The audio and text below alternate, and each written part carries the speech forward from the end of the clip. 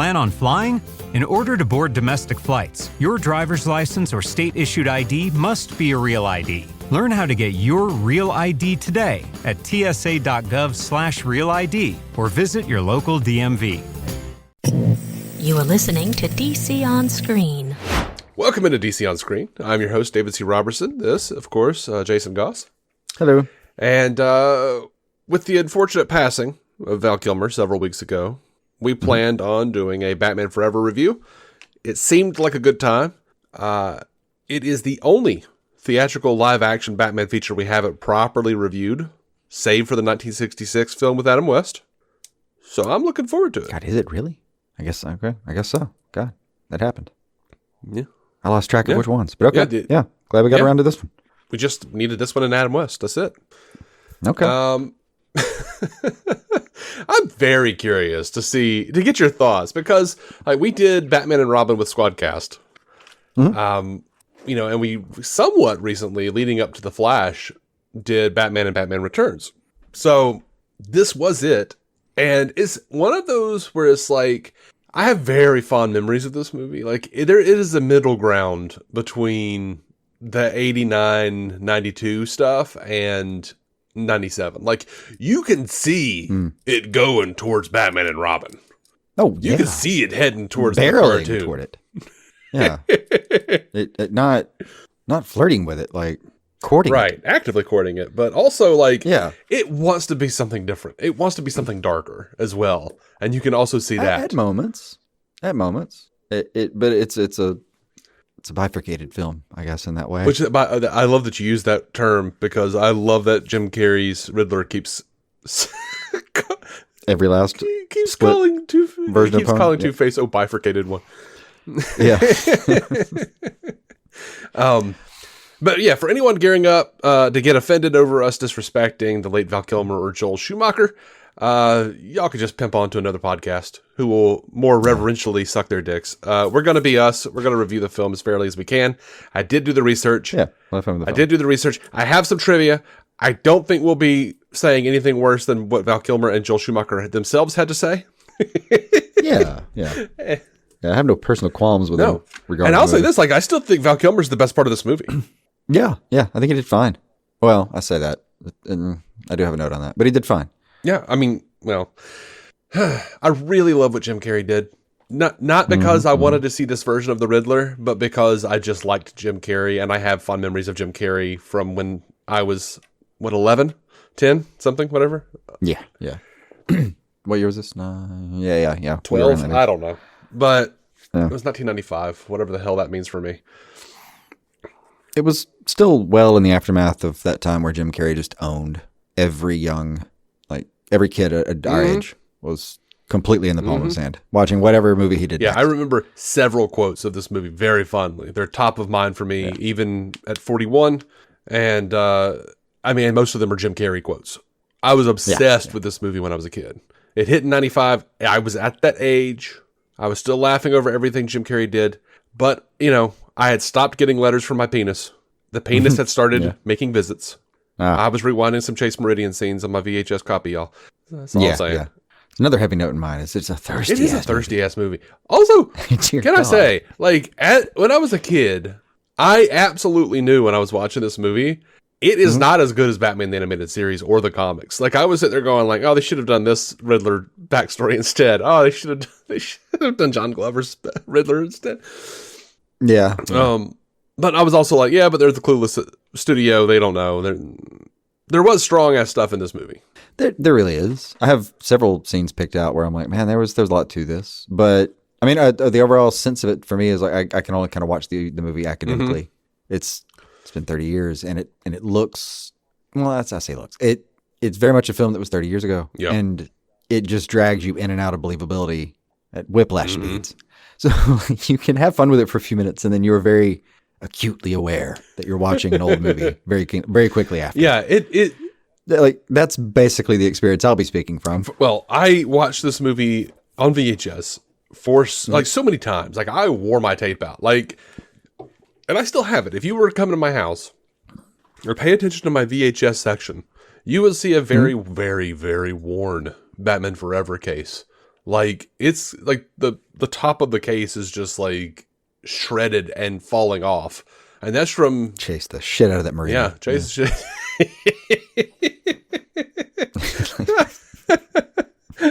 My only escape might have been to purge the fixation. Yeah. You wacko. Is that a technical term?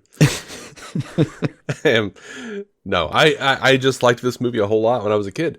Let's not pretend here. Mm-hmm. Regardless of the panning it got from critics and fans, and continues to get to this day. Look, this is the thing that happened later. You know what I mean? Uh-huh. Like, in the age of the internet, everyone was like, fuck those Schumacher movies, the fucking Batman and Robin. Okay, fine. It took decades for him to be exonerated somewhat. Fine, but, But his version of events where he was mad about it too, that took a long time. Well, look, all I'm saying is I hate the way fan culture and the critics and everybody rewrite history, because in the age of the internet, this movie is just as shat upon as Batman and Robin. But when it came out, the movie was a monster fucking hit. It grossed $53 million domestically in its open weekend. That was, at that point, the biggest opening weekend gross of all time. It broke the record set by Jurassic Park in '93, and it was also the first film to gross over $50 million in its opening weekend. Jurassic Park took the record from Batman Returns, by the way, in '92. But with Forever, it helped the Batman franchise break $1 billion at the global box office. It was the fifth film series to reach the milestone after James Bond, Star Wars, Indiana Jones, and Rocky. It made $336,567,158 in 1995, which amounts to $706,258,796.33 today. It was I lost track of how much money that was at some point, but almost $1 billion movie, for God's sake. Yeah. None of that, by the way, covers the soundtrack singles, of which Kiss from a Rose by Seal was one. Number one on the U.S. charts, 3 Grammys. Hold Me, Kiss Me, Hold Me, Thrill Me, Kiss Me, Kill Me by U2. That was a big one. It doesn't cover the merch, the toys. I had fucking t-shirts. Like, there was Batman Forever was everywhere. Everybody was wearing Batman Forever. It wasn't quite Batmania from 1989, but my God, everybody was quoting Jim Carrey. So that part I remember very well. I mean, I didn't watch it that much. I remember watching it several times. I don't think this one I had my hands on though. Not really. I don't think I had rewatchability for this movie. It just when I could, but it was as eminently quotable as anything else carried out at the time. So you were just inundated with you couldn't go to school and not come out having heard about a dozen or so times, a few quotes each. And this was Jim Carrey at the top of his game. This was like, he had done Ace Ventura and he had done Dumb and Dumber and he'd done The Mask, and he was huge. Yeah, he was. And one of my notes I'll hit right now. Athletic as shit. Like, I don't know if he actually hit the gym for this movie. I think he might have. But I think this was like his peak physical form. Look at how fucking physical the entire role he did was. Like, it was just, he didn't stop moving the entire time. Every movement was absolutely purposeful. It was like ants in my brain. That cane work was pristine. Yeah. Dude, it said... But that cane work was amazing. How you were out there with a stick, weren't you? Oh, yeah. Like in the yard doing that shit, trying? I did. There was a piece of trivia where it said that Jim Carrey broke like 20-something canes and a lot of furniture in his trailer trying to master that. Probably an hour. Yes. Yeah. I'm not surprised. It was somewhere toward the end of it, I realized, in a Batman movie, the single most athletic performance I've seen here, I think, including some of the stunt people, is him. Yeah. Like, it was just very engaging as hell. I don't know if he's really ever stopped doing that completely. He's still obviously much less, but I think I feel like, Robotnik, he just pulls that kind of stuff out every once in a while and just lets his body do the comedy for him. Oh yeah. Yeah. Yeah, this was a prime form. Just God, it was like the Beatles doing fucking Revolver right there. So the movie opens with the him putting on the bat suit. A very iconic him putting on the bat suit. Actually, let me say this: the movie actually opens with the Warner Brothers logo turning into the bat symbol. I remember I was there opening day in Montgomery. That theater was absolutely jam packed. Like, we could not, we didn't have seats. We were standing in the aisle watching this movie. They broke Fire Marshal codes. They absolutely did. And when that Warner Brothers logo turned into the bat symbol, like the entire crowd erupted. Like I wish I had video of it because I have not experienced anything like that until I saw Endgame where Cat picks up the fucking Mjolnir. Yeah. No, that was bigger, but that was the next time. That must have been nice too. I don't remember if I was in there, but I don't register anything like that. Like I don't remember even really when I saw it in theaters. I think it was a much quieter thing, bro. Like on an afternoon, a couple weeks later. We didn't get to make it a big event, but yeah, it absolutely killed then. Yeah. One thing about the credits, I forgot kind of how old it is or I was immediately reminded how old the movie is when the credits are coming at you and they're shaking a little bit. I love the old like little title shake. Me too, dude. I think about that all the time. It was calming in a way.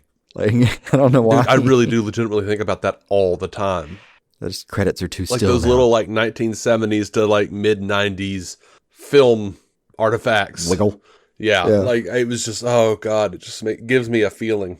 It's a nostalgic. I say 1970s because those are the movies I really started in on. But like going back, What you think of like the Star old, Wars scroll or something where you can just barely see it popping? But thinking about like they did the same wiggle in the 50s and 40s and all that shit. I don't know why I specified 70s. It's a practical wiggle. So yeah, get that. But my favorite thing about that crotch though, or like the very first part, did you clock this? Because I did clock it. I went back like as soon as I saw it, I was like, nah, it can't be that fast. 4 seconds, man. 4 seconds into the actual footage of the film before back crotch. Like, oh, I know. You know what you're doing real early in this. Yeah, yeah. The tone immediately lets itself be known. In what is, by the way, otherwise a very cool, super like the music's a lot of fun. That guy's really having a great time. Clearly, it's the gadgets in this film are phenomenal. Absolutely, it's maybe my favorite part of the entire fucking design of it. And it's funny to look back at that too because it's like it's totally in line with the James Bond of it all, the Pierce Brosnan age of James Bond, where James Bond was more about gadgets than it was about anything else. Yeah, that visit to Moneypenny was a huge fucking part of the film, man. Like. Yeah, M or Q or whoever the hell. Or Q, or whatever the fuck it was. Yeah, Q. Yeah. That bastard. Like that was a huge part of this thing. And they looked amazing. That scene, God, you're like, I got like 3.5 seconds of going like, oh, this is really, bat crotch. Yeah. All right. Which, you know what? I prefer the bat crotch over what we got for Jim Carrey's Riddler, which was, him doing a dance in the bat cave while I counted the fucking veins on his dick. I mean, yeah. Looking like Commander Decker from Star Trek: The Motion Picture. Like, put on something. That's like... It's a Riddler tradition. I mean... Yeah. I forget how to pronounce that. Frank Gorshin and... Gorshin? And John Aston. Yeah. Gorshin, I feel like I could tell whether he was manscaping his testes that day. Yeah. In filming. I mean, it was... Like, I could... Only slightly less obvious than the fucking Joker mustache situation. Yeah, I'm looking at Gorshin and going, man, I think you have a lump you might need to get checked out. Mm-hmm, Jesus Christ. Yeah. Saw his kidneys. Threw that leotard one time. Yeah. That was a laugh. It was pain.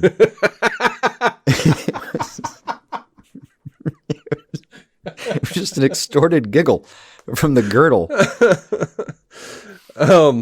So a line in this film right out of the gate that's pretty close to the front that I prayed was not going to be in the movie, and I was able to do that because it was on all the fucking McDonald's commercials. Mm-hmm. Can I persuade you to take a sandwich with you, sir? I'll get drive-through. Yeah, it was on all the commercials. I was like, please don't let that be in the movie. And it was the first fucking thing. It is. I wrote that one down too as the "and here we go" moment. Oh God. And they really meant it too, man. They did. That wasn't an accident. He didn't just slip it in. That score settled. It was huge. That like score goes on for like 60 seconds before they do this, and it climaxed for that joke. Like if you were just thinking the back crotch was a weird edit, no. Yeah. And it's like, we got the picture, the little shots of the different body armor coming on, which, it's so funny that people give certain people gives so much shit to the Schumacher movies because he was all about like the Greek, physique, like the perfection, and the suits are molded into the.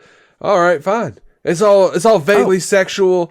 Oh yeah, and maybe. And to his credit, everyone in this movie is the most fuckable I think they were ever in their career. Possibly. But like he nailed it. A lot of the people who give the bat nipples. Oh God, why would they do bat nipples? Well, it was a terrible choice. We all can admit that, sure. But those people will defend. But for what he was doing, it made sense. Those people will defend to the death Zack Snyder's belief that, there's something inherently sexual about the whole thing of being a superhero, and secretly that's all they want to do. Yeah, look at Watchmen. Yeah, look at this. Like, oh my God, that's all they're wanting to do is they're getting off on this. But yeah, Zack's got it right. It's psychology. Well, if Zack's got it right, Schumacher's got it right, baby. Yeah, it's all along the same vein, so to speak. Which I do agree with that. I think But Snyder wasn't subtle. He shot penises in space in the first few minutes of the franchise. Well, that was different because they're a sexually repressed society, Jason. Not anymore. They shot penises. They have in space. vaginas on their walls, and they shot penises into the Phantom Zone. This was not Victorian, friend. Like, oh my God, yeah, but no, I just think it's funny. Yeah. The strange stances, the hills that fans will die on. And I'm like, well, you're a fan of what now? And you hate this? Yeah. Okay, fine. For why? For why? Yeah. For why? Follow-up question. So this might be like legitimately, cinematically the best part of this movie. Two-Face's speech as the guard is tied up. The one man is born a hero, his brother a coward. Babies starve, politicians grow fat, holy men are martyred, and junkies grow legion. Why? Luck. Blind, stupid, simple, doodah, clueless luck. The whole speech. It's a beautiful bit. It's the best Tommy Lee Jones is in this movie. I had a line on it. Would you like to go? My quick absolutely. Take? It says TLJ just suffocates this cartoon with talent. In one scene. The rest of the time, he's awful. Yes. Oh, no, I think when they let him zoom in, like when they actually literally zoom into his face and let him just act for a second, like I think when they give him the full frame, he takes it seriously for half a fucking second and does the job. And the rest of it, he's just kind of bouncing around trying to match the buffoonery. Yeah. So to speak. It's bizarre. But in that moment, they just went, you know what, this is all you, man. Just this is the thing, and let him go crazy. And just he absolutely strangles the idea that this is a cartoon for a second. Yeah, but it crescendos with him. He's the toss of a coin, the only true justice. And he flips the coin. He's like, what's the line? Because I didn't write that part down, of course. Where he's like, haha, fortune smiles, another day of wine and roses, or in your case, beer and pizza. Yeah. It is the perfect segue into what is now going to be the rest of Two-Face of this movie. Is just a terrible cartoon. Actually, that's a good point. It does segue into another thing as well. That security guard, I have never wanted a bystander to die more in a movie. It's acid. Ugh. Yeah. He actually says, wait, I think I wrote that part down. It's so, somewhere, maybe I didn't. He just actually says, oh my God, it's boiled. Oh no. He says, oh no, there's boiling acid. Yes, exactly that. I cannot imagine a line being done or written more poorly than that. Yeah. But it's followed up later by, for some reason, when they're trying to get on there, like when they're trying to get out of there, there's some moment where he's just going, oh no. And I think I probably did it with full veracity right there. You know what he reminds? Nailed it. He has reminded me for years, decades, when I think of that guy. Yeah. He reminds me of Ben Stiller from The Cable Guy. A little. Ben Stiller, who was not in the movie except for a very small ongoing bit where he basically played the Menendez brothers. He has a 911 call because he killed his brother. He plays twin brothers who were sitcom stars, and he kills his brother at some point. And they played the 911 tape, and he's going, they killed my brother. They were speaking some kind of foreign language. I think it was Asian. That whole bit goes on where he just keeps saying Asian. But that's what the guard reminds me of, is Ben Stiller. Yeah, and then the guard trained solely on that scene. It's bad.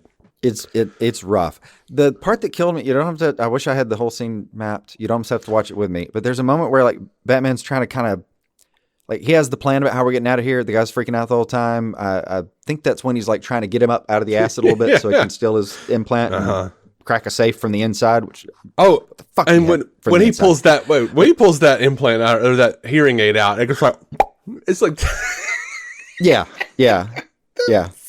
And I think they did just do it with their mouth and Foley. That's my implant. Thanks. Okay, great. And when he pulls it out, he goes, "Hey, that's my hearing aid!" Oh, the fucking worst. Of all those, the one that killed me was he's trying to pull him up, and Batman just sort of like, "Hold on," and the guy just says, "Yes." And I don't know to what he was responding. Like, I don't know what he said, but hey, actually, that brings up a better point. I have an overall theory for this movie I want to run by you. Short of maybe a few exceptions we could go through. My theory for this is that no single line in the movie, no single isolated line follows logically from the line before it in any real way. Like, if you pick any scene, it'll be like Batman and Robin talking about something. And then the next thing, like, they'll talk about one thing, and then Robin will suddenly exclaim, "And I'm going to be your partner." And you're like, "We were talking about tacos. What the fuck happened here?" Yeah. Like, the next line is whatever the writers needed to put in there for the scene to progress. It has absolutely nothing to do with anything that happened before. I want to yes and you here, but I don't agree. I want to. Couldn't find an instance. It just, but motivationless. But I do have a lot of problems with the dialogue in this movie. Like, the motivations behind the dialogue. It is weird. It might help if I saw it another way then. Like, what if you describe the problems differently? I'll get there. Okay. Well, we can talk about it now. I can just go back. One of my least favorite scenes in this movie is Bruce visiting Chase. Motherfucker walks in, he hears her screaming, huffing and yelling and grunting behind the door. She's kickboxing a thing. And he breaks down her door from his own little trauma responses, and and she's standing there like, like, what the hell's this? And he's like, "Oh yeah, I'm Bruce Wayne. We had an appointment." And he's just like he suddenly becomes Clark Kent from the Donner movies, where he's just like stumbling and just blah, blah, blah, blah, and he's like pushing his hair back.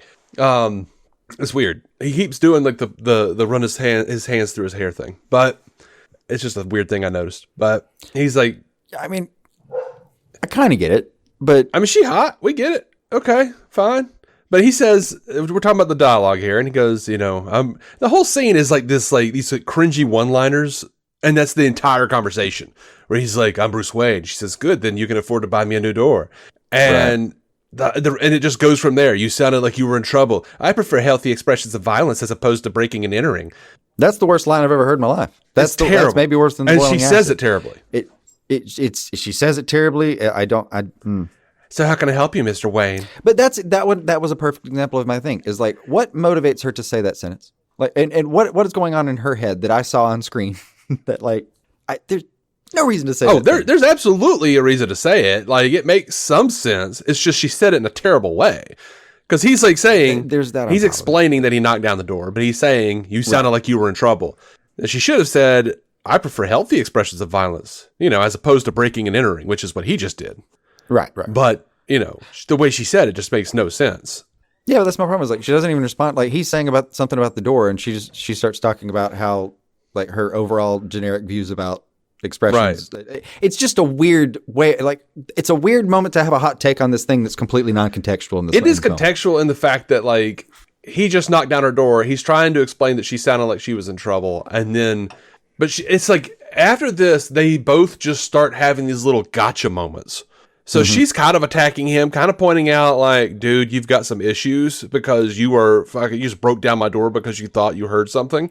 I can't remember. Is this the one, or is it the following scene between those two where he's just like hanging a sign on his chest that says, "I'm Batman"? It feels like this one, but I Is it think that it's one? all of them.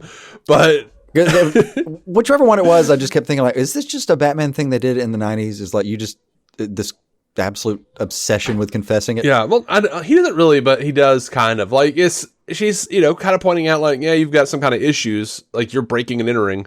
I prefer healthy expressions of violence. And then she says, how can I help you, Mr. Wayne? And he's still got to be a cutesy one-liner. Someone's been sending me love letters. My opinion is the writer's a total wacko. Wacko, is that a technical term? And then we get to him just walking around the fucking office, like, picking at her. Like, you have a thing for bats? That's a Rorschach. A better question is, do you have a thing for bats? And he doesn't acknowledge it. He just moves on and goes, still playing with dolls, doctor. She's a Malaysian dream warden. Some people think she protects you from bad dreams. Are we done now, Bruce? What the fuck is this, dude? Like, and his response is, I really got to get you out of this clothes. Tell me, doctor. That's a good point. He's in a video game of that era, and she's just an NPC reciting the things as he's hitting and the they points. have these like lines like, tell me, doctor. Tell me, doctor. Do you like the circus? Like, you just sat like, these like AI scripted like reels that come up on your social media that's like trying to get you to subscribe to some kind of service so you could get these like awful like serialized like little soap opera things. They're just terrible. I have only recently heard that this even exists. And the TikTok soap opera situation. Yeah, it's just ugh. But this is what this reminds me of. It's this very Lifetime, very movie of the week. People saying "you see" before they actually say a sentence. You see, tell me, doctor. Yeah. Like it's bad. Those are painful. But that's what I'm talking about. Like the technically the dialogue makes sense contextually, but it's still awful. I just kept feeling like it was like whatever they were saying, it was loosely threaded to the fact that they were saying something in a conversation, but it was always just like her. Like, yeah, here's a vague thought I have about the idea of interactions with a person. Like it's so far removed from the thing you say right then about the door or the person or the guy standing in front of you, or I'm not just trying to say like, oh my God, I wish this was a realistic movie. This is so far beyond, I wish this was more realistic dialogue to me. Yeah. It's just, it's, I wish a human wrote it dialogue. It's nuts. And it still makes more sense than Dick screaming, now, before he jumps off of that catwalk. Why? To whom? To whom? To no one. No one. I thought he was trying to get Alfred's attention back. No, Alfred's like, well, I'm about to go in this door he asked me about. That goes down to the Batcave. And then he's like, don't leave, I'm going to break in something. Right. Yeah, like, let me make sure. Oh, Master Dick, are you anywhere? I'm up here. There's no way I can possibly. Look at me. There's no way I can possibly get down there, Al. Like, all right, just checking, young sir. Now! You would think Alfred would go like, fuck! And like jump back and like shut the door. Because he took a good like 15 seconds to like do his fancy flips off of all the things. He's going to be one of those people. It's like a magician who's like, look at this, a normal set of cards. Why would you say that? There's absolutely nothing trick about these cards. Yeah. There's nothing at all. Nothing suspicious. Unmarked. Don't look in the top right corner, my good man. Whispers to his friend, it's in the top left.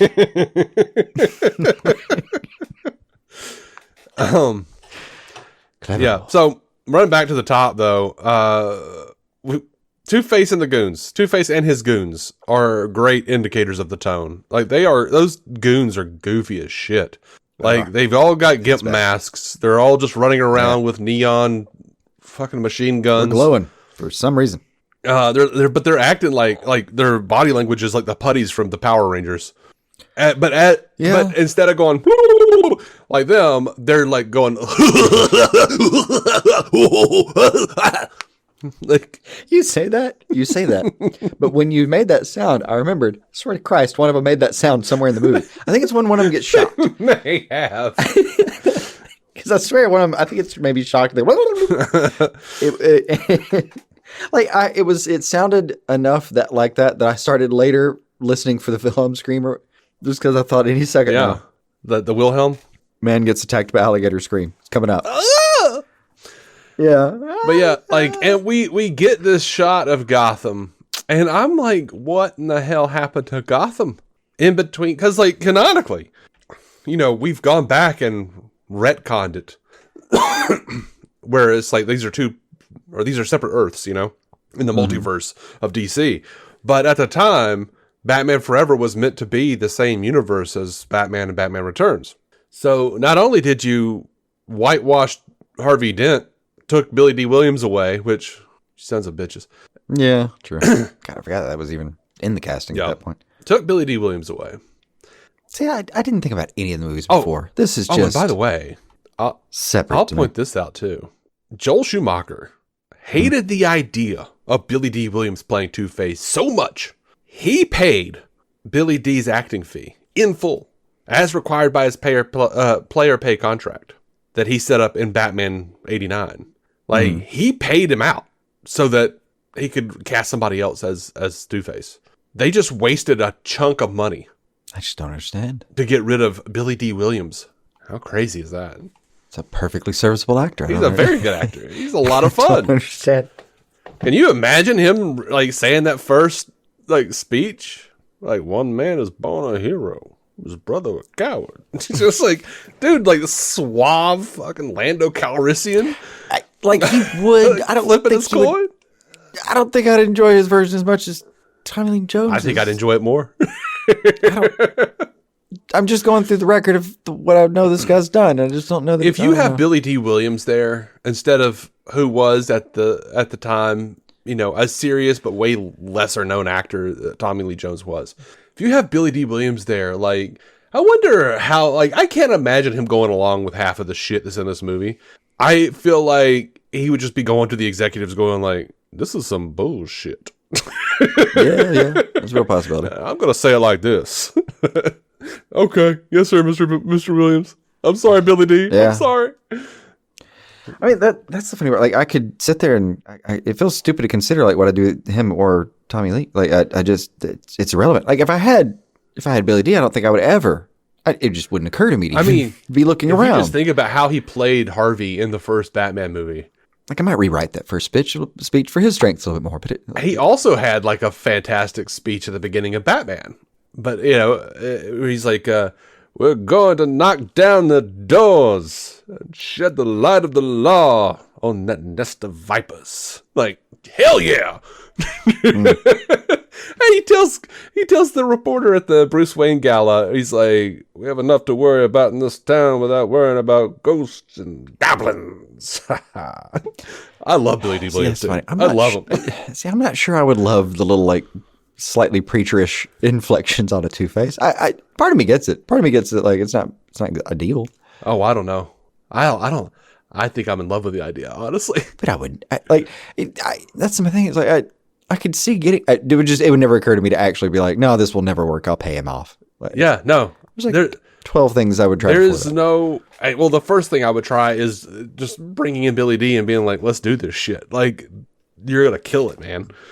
Yeah. I think your initial problem, though, with facing this problem is that you do not see it as one. I don't see it as one. I'd bring in the fucking... You would not be a good... I'd bring in the Lando cape from Empire, man. I'd be like... Yeah. It's like, while being Two-Face, can you wear the Lando cape? Can you? Yeah. Worthless as a consultant over this problem. I'm not even a Star Wars fan. I just like Billy D. Yeah. Like, I'm going to need you to have the Lando cape, a tumbler of scotch, and your signature cigar. I don't know how you're going to flip that coin, but this is going to be a situation right now. It's a whole other franchise, you know. Shit, give him the stuff and fucking hit film it, man. He was just so cool. He was so cool in 89. Like, he had so little to do in that movie, but he killed, like, the 2 scenes he was in. Yeah, had some serious swagger. And he signed on to that movie. That makes even, part of it's like sentimentality, like, you know, like I feel bad for Cavill, you know, still, like, I know, it's show business, not show friends. You got to move on sometimes. Still feel bad for Cavill. Yeah. Same way I feel bad for Billy D. He signed on to play Harvey Dent in the first movie, knowing that he was supposed to be Two-Face later. That's why he signed on. He was like, oh, I want to play Two-Face. Yeah. Anyway. That's the story we would have told of Ryan Reynolds too. Yeah. In another version of events. So we get to this Gotham. We're looking at this Gotham, and my headcanon is that in universe, Joel Schumacher also exists. Mm-hmm. In universe, as that universe's Crazy Quilt, and he was hired to renovate big chunks of the city because they were in the running to have the Olympics. That's my guess. of how Gotham got this way between. And then like the Olympics said, we're not doing this because you guys renovated. But then all the rape gangs got inspired by the neon and started wearing glow in the dark makeups so that you could see them coming in more ways than one. And so like one crisis event later, they kept all the style. Yeah. Crazy Quilt's now kind of a fifth dimensional situation rather than an actual person. Right. And then they brought in some of the weird Dark Knight era mutants kind of vibe to the situation. It was just so weird. It's like, it was already jarring between 89 and 92, Batman and Batman Returns. I'm like, oh God, now 92, this is a much cleaner, more uptown version of Gotham. The last Gotham, the script called the city a cancer. Yeah. And I believed it. Well, his plan was to blow it up to improve it. And then like Batman Returns, all of a sudden it's like metropolitan and dark and dreary, but still metropolitan. Batman Returns, by the way, is the first one who had the big statues. Everyone blamed Schumacher for the giant statues in Gotham. Batman Returns did that shit. They were giant naked statues holding levers, pulling levers. Now, they weren't as big as the statues Schumacher brought in. But Schumacher was like, you know what? I like these statues. Let's make them like 15 times bigger and put neon on every fucking thing. It was everything. Everything. It was everything. One of my notes just says glow fight with an exclamation. Because I didn't know what else to really comment on. Everybody's at a rave. Glow fight, Everybody's at a rave in Gotham these days. And Batman gets there with a hostage situation, and Chase is so flirty and cringy, and her Batman banter is so inappropriate given the circumstances. I love that Gordon is finally just like, can we do something now? He's got people holding hostage up there. He swats the vulva out of her hand just to get the scene moving. Oh God, it's rough. I mean that's the first time that I was like, this is a seriously thirsty movie. Like they're not even pretending. Yeah, no. Like I think I wrote down somewhere in there that like she would probably blow him in front of his grandmother or her grandmother right then. Well, Jesus. It's overwhelming. I think when she activates the bat signal in her nightie, yes. She's just flirty and cringe at the hostage situation. Yeah, I kind of forgot about the night. Well, that was the point where, like, that was where I was pinpointing. I was like, the first time she meets him, it's not like it builds up over the course of the movie. Like the rest of the movie, she's just like Pepe fucking Le Pew. Like she's just at a constant level of horn and going at it. But there's no ramp. So the first thing is just a square edge that you hit that chart on, and like, yeah, that first thing just comes across as like aggressively thirsty because of it. Absolutely. She's just been like hanging around Gordon, hoping to get a shot of the bat. Yeah. Ugh. Like, yeah. It's that was where we get the chicks love the car, though, right? Or is that the second one? It's both. It's both, Jason. Both of them? Where he's like, it's the car, right? Chicks dig the car. Like, yeah. It's totally a thing that Robin says in the second movie, where he's like, the car comes up, but it's all like da da da. And then like the little like red bird cycle pops up, and he goes, "I want a car. Chicks dig the car." That's okay. So that's why, because I wrote down like, "Hey, that's where that came from?" Just thinking, "Oh man, that's where it came from." But they did it again. It was reiterated. Yeah. I see, and that makes more sense. And I love how Val does this though. It's a very it's self-deprecating Batman humor. I hadn't seen that. That's neat. Even when Bruce. That's the thing about Val though, is like that I noticed, especially watching it this time, was he has corny one-liners. But he says them straight. I could see Conroy saying it. Yeah. Most of the time. Yeah. Anyway. That was an overall note I had about just the performance in Val. Was it looks very straightforward, and he does a ton with what he's given, but I can't tell if he's just sort of not given a lot, because it's like the way we used to make fun of Stephen Amell on set of Arrow. Just like, hey, like what level of emotion am I allowed to have today? Is it like between 12 or 14%? What am I supposed to be able to do? If you're playing 14. If you're playing Batman. Oh, we're having a 14% episode. Oh. If you're playing Batman, I think that's appropriate. It is a little bit, and that's fine. As was it. It was appropriate for his version of Ollie, but yeah, his version of Ollie was just CW Batman. Let's be clear. Oh yeah. They would have made that show, I think, easily. Yeah. But I don't know, like you're not going to have a breakout like let's get nuts kind of moment out of that version. I think the most breakout he is when he's unmasked probably is what, like at the what is that, circus or whatever, when he's like standing up and screaming, "I'm Batman," like everybody else. Batman. Yeah. Maybe I think the most unhinged he gets as Bruce is after Robin saves him, after Dick saves him at that big gala thing in the sand. And then like he's like running around shirtless with bandages on his ribs, and he's like, "You could have gotten yourself killed." In the Batcave talking to Dick. That I think that was the most unhinged. But yeah. The most effusive. Him pretending that he's yelling, "I'm Batman" at the circus was fun. It was. 2 quick middle points on You're not that. trying very hard, are you, Bruce? No. But just a quick logistics nightmare for me in the middle there. You can't do a couple things. I just no. So you just can't be screaming, "I'm Batman." Like, I know it's a crowded scene. And I know the idea would be you'd headcanon it as far as like, there's a lot going on or whatever. Yeah. But I don't like a version of Batman where he's just running around screaming, "I'm Batman" every time someone's vaguely in peril. Yeah. That's not perfect for me. But also, just as a filmmaking decision, I do not understand you can't put the Graysons in a Robin costume. Why? It's weird. Like, I get what you're going for as far as, the legacy and he kept his colors and all that, but like, it's too close. Yeah. It's close enough that later I'd be like, that fucker's clearly a fucking Grayson. Yeah, that makes sense. I don't think I ever really thought about that at all, weirdly. But you make perfect sense there. I agree. He tones it down a little bit, but it's not going to be much of a convenience store clerk's going to nail you on this one. It's like, up at news at 11. It would appear that Batman's new sidekick is wearing the costume of the recently deceased Flying Graysons. We pulled the footage, and it is clearly this guy. It is clearly Dick Grayson, the only Grayson who didn't die. Yeah. How do you know we're alive? Cursory glance shows that he's now living at this address with Bruce Wayne, who probably is Batman. I hate to be the one to break it so simply on the local news evening, but I think we have it, guys. In related news, we've isolated the audio from the circus. Yeah. We have footage of Bruce Wayne screaming, "I'm Batman." Harvey, "I'm Batman." It would be such a routine news story for it would be so simple. Like they would break into and in other news, salmonella's caused recalls recently in your grocery aisle. Like that would be the next fucking story. Yeah. Local city council. See, in my perfect version of that circus scene, like Two-Face, like, "I know one of you, chances are one of you bastards is Batman," or whatever the hell. And then Chase looks over at Bruce and he's just gone. Like, Bruce Green Beret out of there as soon as he realized that the announcer was Two-Face. That's kind of my preferred version of events, is that he ghosts everybody. He is the king of the Irish goodbye.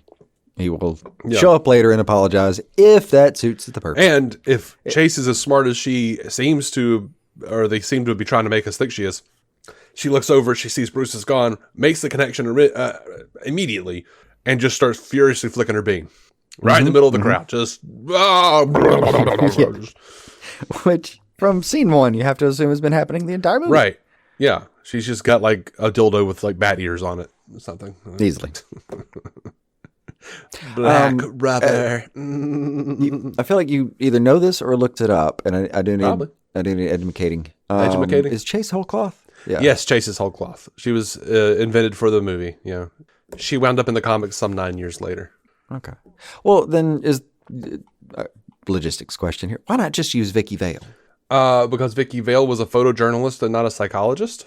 Oh, yeah, true. I forgot. I keep or psychiatrist or whatever the fuck. I don't know why I keep forgetting that she had any role in uncovering anything in the movie. Yeah, no, I was curious about like all the psychology jargon and stuff, given your background.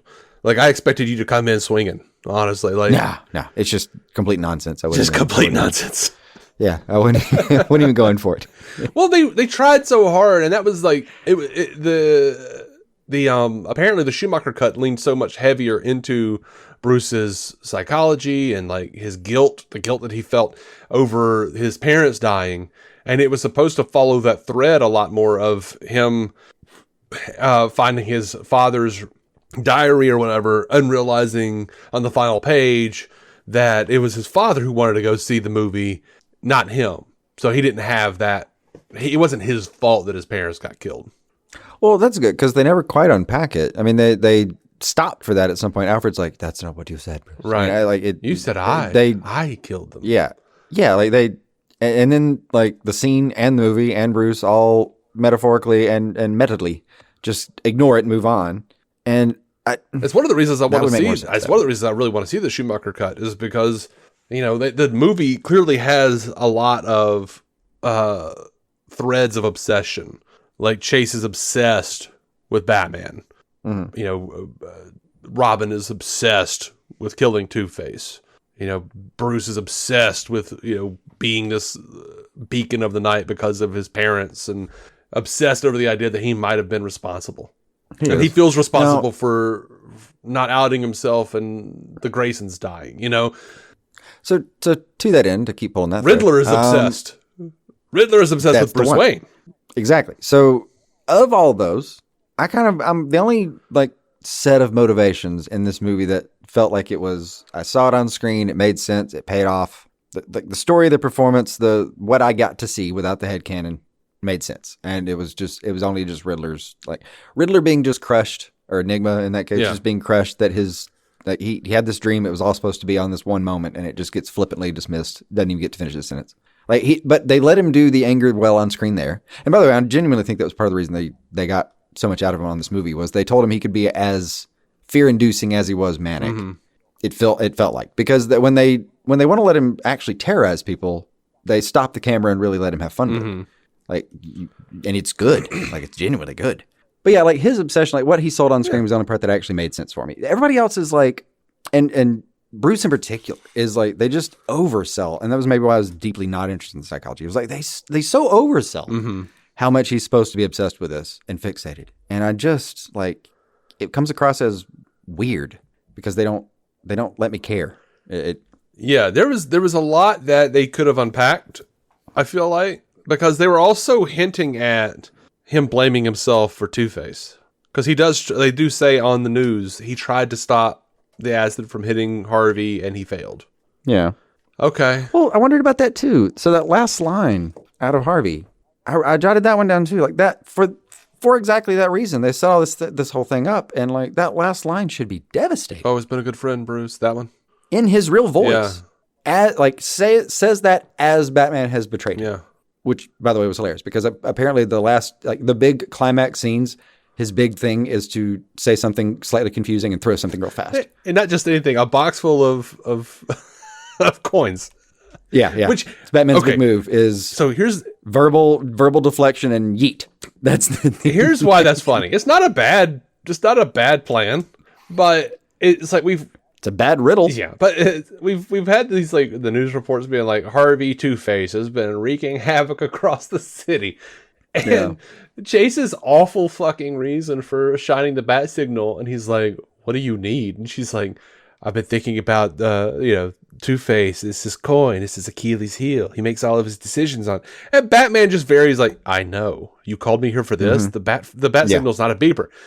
Yeah, but that's absolutely how he defeats Two-Face. So she's it's his coin, this is Achilles' heel. He's like, yeah, I know. And then later he's like, that's pretty good. Fuck. Yeah. We don't see the scene where he goes back and that's fucking And then later in the movie, you see a little box full of with all the coins in the Batcave just hanging out on the counter, So, I love this idea that Batman just totally didn't catch that before. He's like, yeah, I don't know. There's something about that coin. Anyway, I'm going to figure out a way to stop him. And then she's like, oh, yeah, it's the coin. This is Achilles' heel. He's like, yeah, I know that, idiot. That's actually pretty good. Do you flag him as the type that mutters and rage manufactured a dozen of those quietly in the middle of the night? Yeah. Knowing that he was the tool there? Or is he more of a Brannigan kind of situation where he just forgot until he thought it was his idea? Yeah. It's possible, too.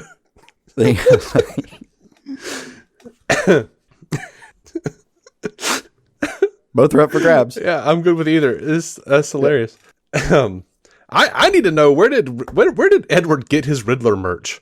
I don't know. Because he's trying to figure out a name for himself after he kills Stickley. Which, by the way, did you notice who that guy was? His boss? Yeah, the boss that he kills, who's like, you'll never work in this town again, Enigma. It's Ed Begley Jr., dude. I don't think I'd know him if I saw him. Let me think about it. It's a name. You know Ed Daly Jr. I have to remember where the fuck I know the guy. It's like a name that's just a You remember the dude on Hollywood name on Arrested Development who has alopecia and his fucking eyebrows keep falling off? Yeah. Yeah, that guy. Yeah. Really? Yeah. I'm surprised that was him, but okay. Dude, okay. I'm going to make you go back and look. The day after Stickley dies and Bruce is like marching around in the office with his like assistants. Mm-hmm. One of the assistants is Jon Favreau. Oh, that's good. Yeah. And he had lines in the Schumacher cut, evidently. Mm-hmm. Nice. Yeah. I'm like, dude, just Jon Favreau just swinging his dick all over the comic book movies, man. We didn't even know.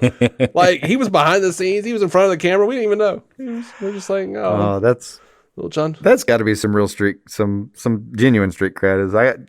I've been here so long, I got cut from the Schumacher. I mean, he's still in it as far as like you see him walking around. My lines got cut. Yeah. I'm just like, dude, Jon Favreau, Happy Hogan. He has not only assisted Tony Stark, he's assisted Bruce Wayne and Matt Murdock, Batman, Daredevil, and Iron Man. And in his college years, Jeremy Piven. That is cred. He's like my favorite side bit from PCU, that long forgotten movie. I need to watch that again. I've only seen pieces of that on You Comedy probably Central. don't. I assume it holds up terribly. I probably don't. Oh, no, it's going to be bad. It's going to be like, ooh, why are they saying that word? That is bad. Yeah. Yeah. Ooh. That's one of those, though, if you make some time, let me know. I think I want to join that one. That's going to be terrible. Literally, if I watch that movie, I will let you know. We recently just saved it on our Roku because we saw it and we were like, oh, that movie. I haven't seen that movie and I just saved it. It's weird that you bring it up. So I will absolutely let you know. Maybe we'll do like a little review for the Patreon. That would be fun. I used to actually have the VHS of that one in high school. By the way, patreon.com/DC on screen. Mm-hmm. Please join us. Please join us. $1 or $5 a month or free, but you won't get to listen Join to us and then do yourself a favor once you get there. Demand things. Demand. We just need some kind of feedback. Christ. It's mostly I just need a reminder every once in a while. That is rough. Yeah. It is hard. By the way, that terrible helicopter. Oh. When I was a kid, I thought it looked great. And looking at it today, I was just like, oh. Yeah. Oh, no. I agree. Oh, no. It looks like it's from that cartoon reboot. Yeah. So here's my theory. Yeah. The gear, the gadgets, the set design itself, costumes, some choreography. Sure. Makeup, obviously. That's where the money went. No, I think the money went to Jim Carrey. Yes. I didn't put names in this basket at all. I'm in the production side of this. So take all that off the top. But like of what people were doing that have, the word something director by their name. Like, I think that's where the money went. And I say that because those four look phenomenal. Like I said earlier, the gear, oh God, I still want that gear. It looks so good. The sets themselves look fantastic. Those costumes are absolute nightmare. It's nonsense. Those are the like ancestors of the fucking Disney Descendants movies. But like they're impressive in a way. And the sets are sure as hell pretty. Yeah. Like genuinely, it's a very pretty movie. Yeah. By the way, the Two-Face set that Riddler infiltrates, is literally the same place where Max Schreck gets kidnapped in Batman Returns. Like the big face coming out of the wall. Like they just painted it. Yeah. Yeah, that makes sense. By the way, best set dressing, Sugar and Spice. I'm just gonna go ahead and say that. Just Drew Barrymore. Really, just Drew Barrymore. Honestly. I had to double take so many times to be like, is that it? Is it? Really? Yeah. Okay. Yeah. Just like, oh, look at Two-Face being poly as fuck up in here. Okay. I get it. I get it. By the way, I was reminded of this last night. My wife laughed so hard. I decided I'm going to have to work this into the show. Nice. Several years ago now, I knew the word polyamorous, but it so where did you misuse it? Oh, okay. When at a certain point I started noticing the term poly, popping up online a lot, and it would always just be like, oh, these poly motherfuckers. I can't take these poly motherfuckers, or like, oh, I'm poly. So if you have a problem with someone being poly, blah da da da. It was just all, like everyone was starting to use poly, online. Were you just worried about rising racism against Polynesians for a while? No, I thought it was short for Pollyanna. So I thought they were being like, I'm not fucking that super positive. Like, you got a problem with a super positive person. You know, I thought that's what they were talking about. So That's funny. for a while, like there was, you know how things just trend on the internet. People start using certain terminology like insanely. And there was like a short period of time where poly was just used a lot. It did get deeply overused for a while. And I thought they were talking about someone being Pollyanna, someone being just like way too positive. That's pretty good. It's real dumb. And then when I realized what it was, I was like, oh, I'm stupid. I don't think I knew the context for a second. I knew poly to me meant many. Yeah. Like, there's the prefix many. So I didn't have any associations until So later somebody kind of pinned me down. I was like, they mean like many. Yeah. Oh, okay. You thought they were talking about like Legion from the Bible. Whereas like, I didn't have anything. Like, Like oh, I'm tired of these poly. I'm tired of these poly motherfuckers. Like, oh yeah, those people who were possessed by several demons. Kind of, yeah. but that's like how you learn about words in a lot of ways. Is like you just see some word being used, and like unless you just saw it and wanted to dig in immediately, you just kind of glance it off. Like, okay, there's like a word people are describing themselves with. I don't need to know about whatever that word is right this second, so I'll just discard it. You see it a few times, and then eventually you run into some situation where you're like, I'm going to explore this, and looking back, that's usually when you're like, oh, what the. Yeah, you don't have a clear picture in the meantime. Yeah. It's just a weird word with like no association. I have to say, I thought my guess was pretty good though. Not bad. I mean, if there's one thing that's divisive on the internet, it's people being positive about shit. Yeah, kind of in a way, but it's also hilariously insightful about you that was the part that you thought was the thing the internet was the most pissed off about. Yeah, was and I agreed with the people who were pissed off. I'm like, yeah, I don't like fucking poly people. with like the stolen valor of happiness. I don't like these. These people are too positive about everything. I don't like it. Ugh, gross. It genuinely is. If there's a cardinal sin of the internet, it is fake sincerity. Yeah, like that'll get you. That'll get you every time. I don't know. I think the cardinal sin of the internet is bullying behind anonymity. That may be the cardinal crime of the internet. Potato. If I were going to split just to keep my word. Yeah. If you were to verbally gymnasticize yourself. If I wanted to incorporate yours and keep the one I left, yes, I would do it that way. Yeah.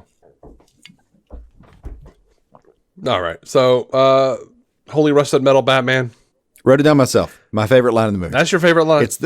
It's my favorite joke that was both funny in a way that the film was trying to be. Mm-hmm.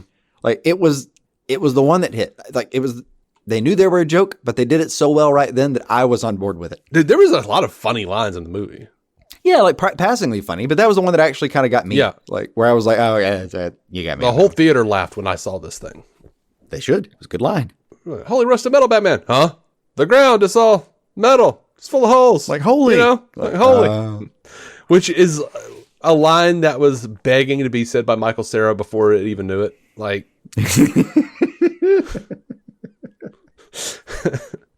His parents left the theater that night and conceived him. Yeah.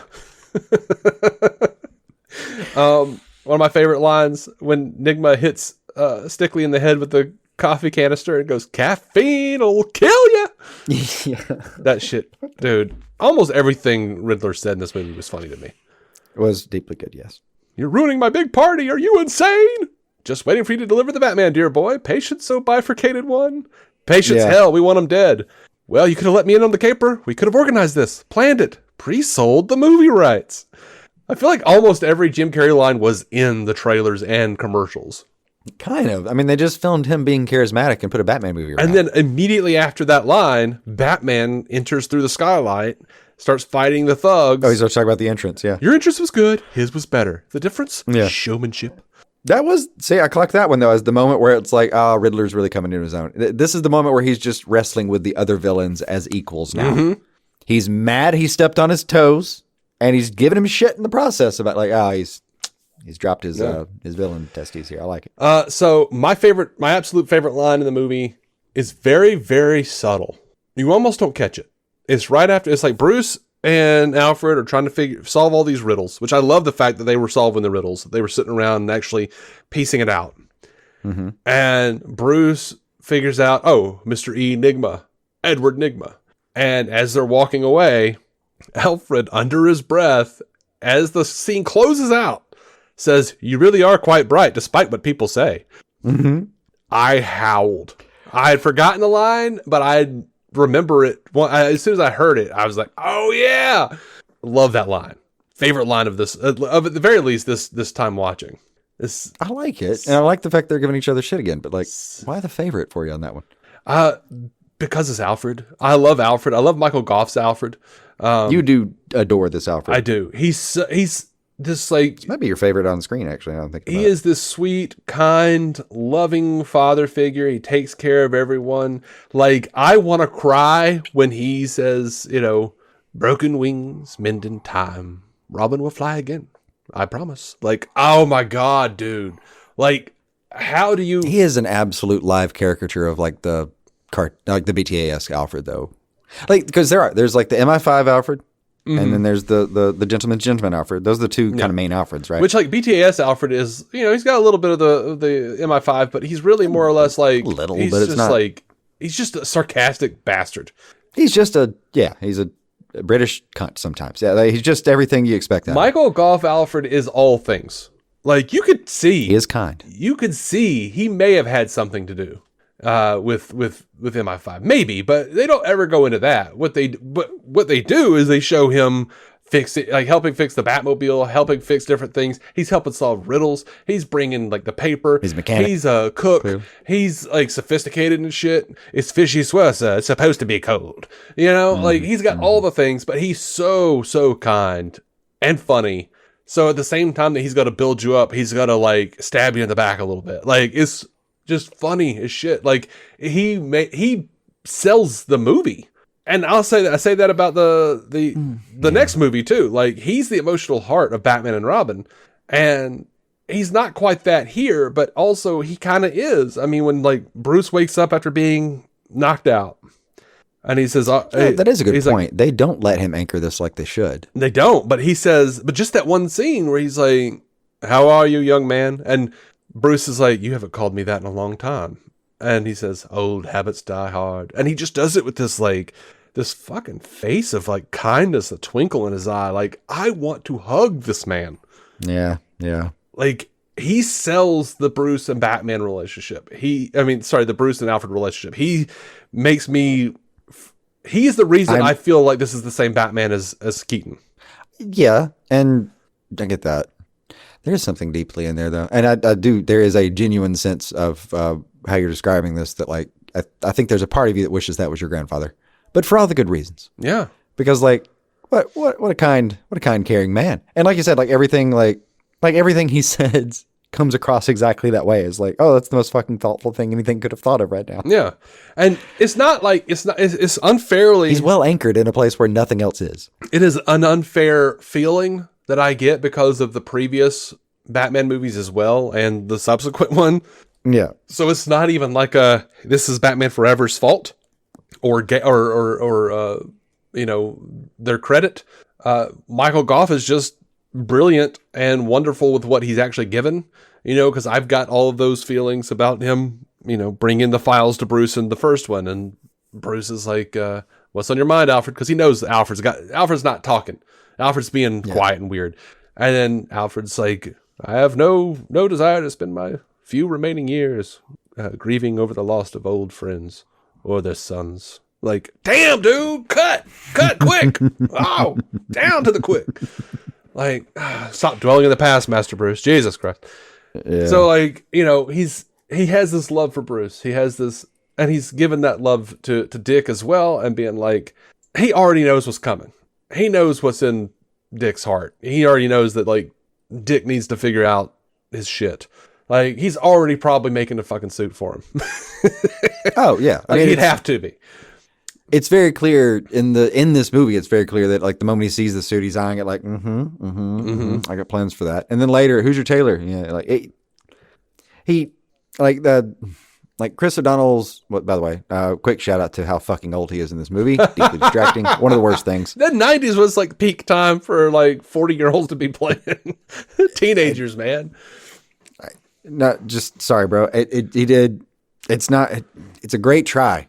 I mean nothing personal about this. It's just there's no planet in which that face was supposed to be playing that age. It's just not possible. If it had been 2 years earlier, it would have been Luke Perry smoking a pack of Marlboros. Like it could have been, yeah. Like fucking Marlon Brando playing a 12-year-old, yeah. Mm-hmm. Oh, speaking of, I'm going to give you quickly the worst thing in this entire movie. Oh, okay. Ninja laundry. Yes. I wanted to burn Now, Hollywood down. Actually, when I saw that. I'm gonna no but you instead of yes and you. But only so far as to say that the worst thing. Dubious that you can beat Ninja laundry. The worst thing was not Ninja laundry. The worst thing was the wink and finger gun after the Ninja laundry. It didn't help. But possibly though, it was like to counter finding a picture of your ex with the person they cheated on you with later. But possibly to counterweight that worst thing in the movie, maybe the best thing in the movie was Alfred's expression having seen it. What was it? I didn't even clock it. I was so distracted. What does he do with this? Just face? a look of confusion and disgust. That the scene exists? I mean, he was just reacting to Dick, man. Just, oh my God. I'm speaking about Alfred. Oh my God. Yeah.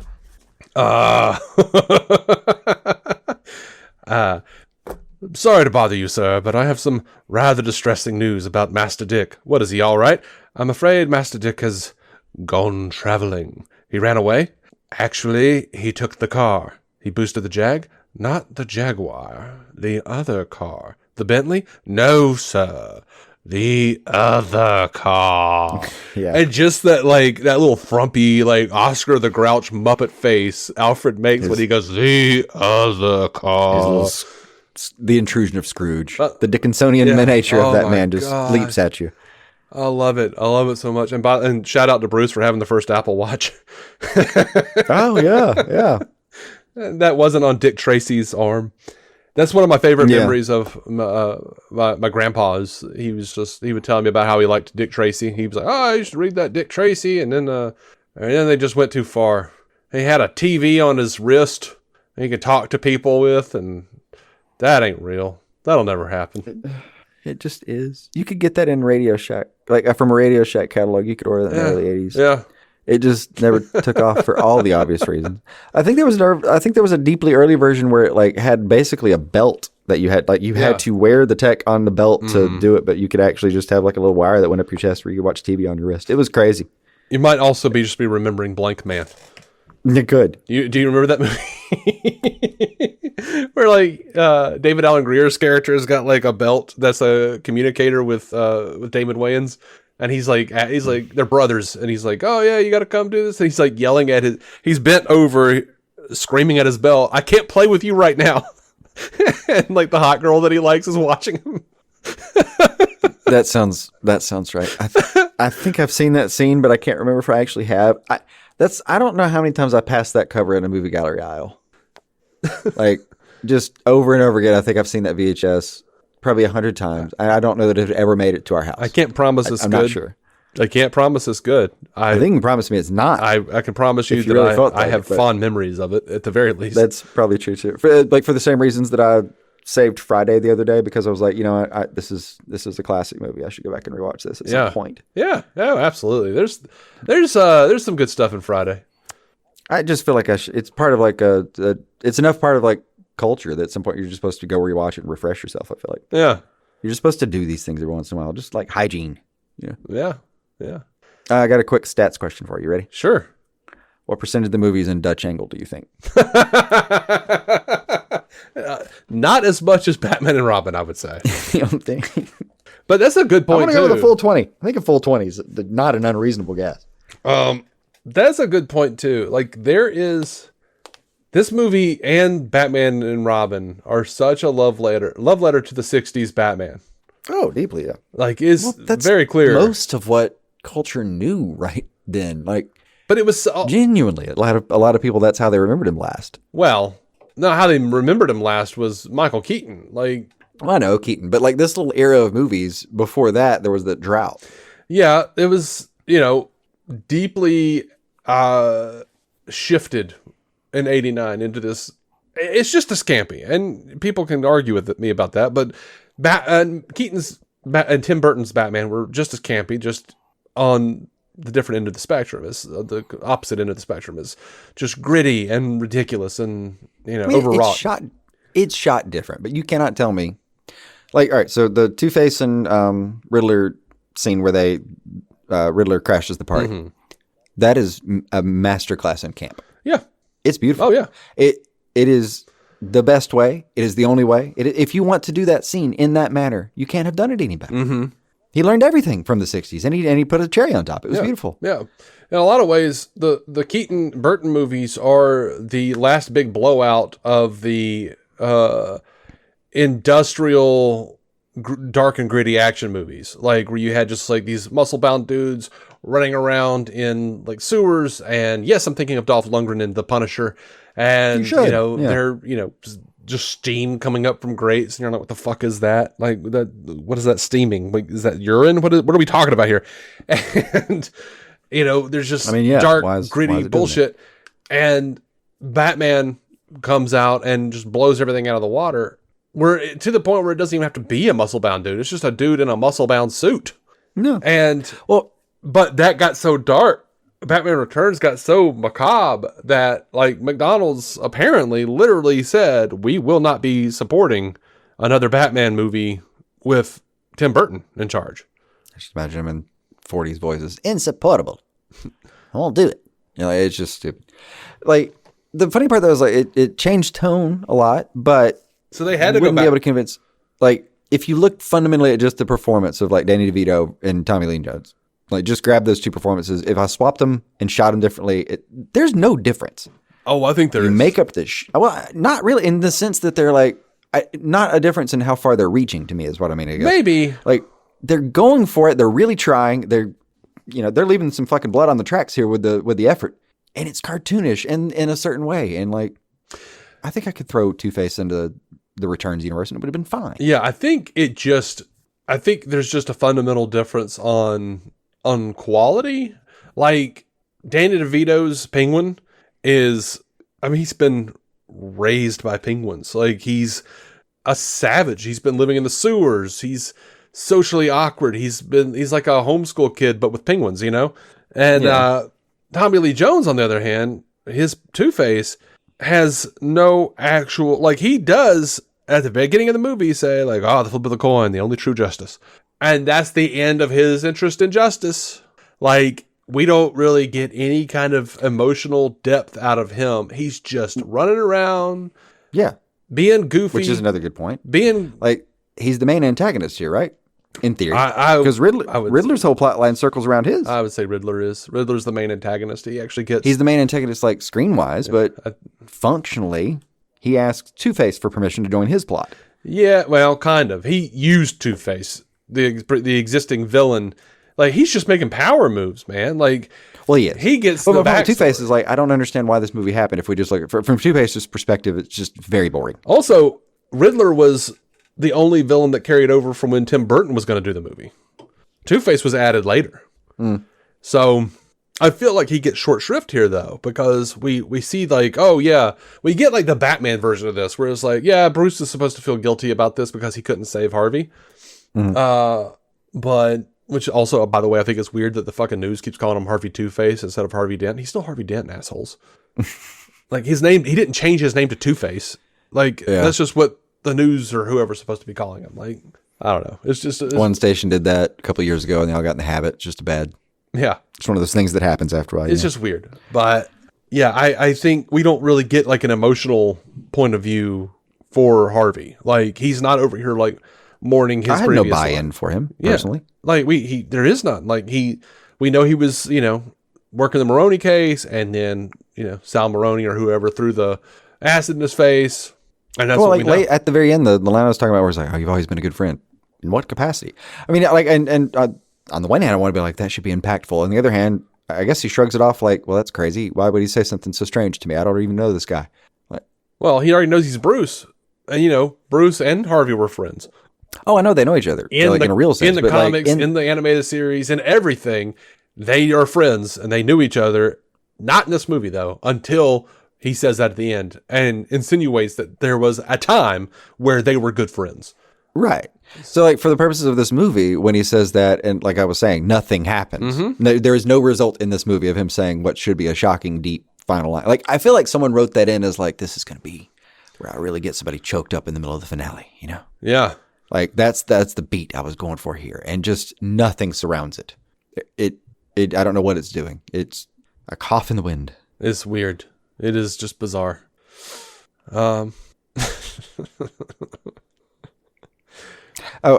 weird, just an eccentric choice they made. When I talk about all the set design, and there's a lot of this film that's so pretty, but then let's look at the exception to my claim there. Why did they use the fucking bat puppet all the time? The bat puppet? The flying little bat puppet that's flying right at the camera perpetually. Oh, the memory bat puppet? Yeah, in Bruce's memory. Yeah, in his brain. Yeah. I have a better question. Why was that choice made?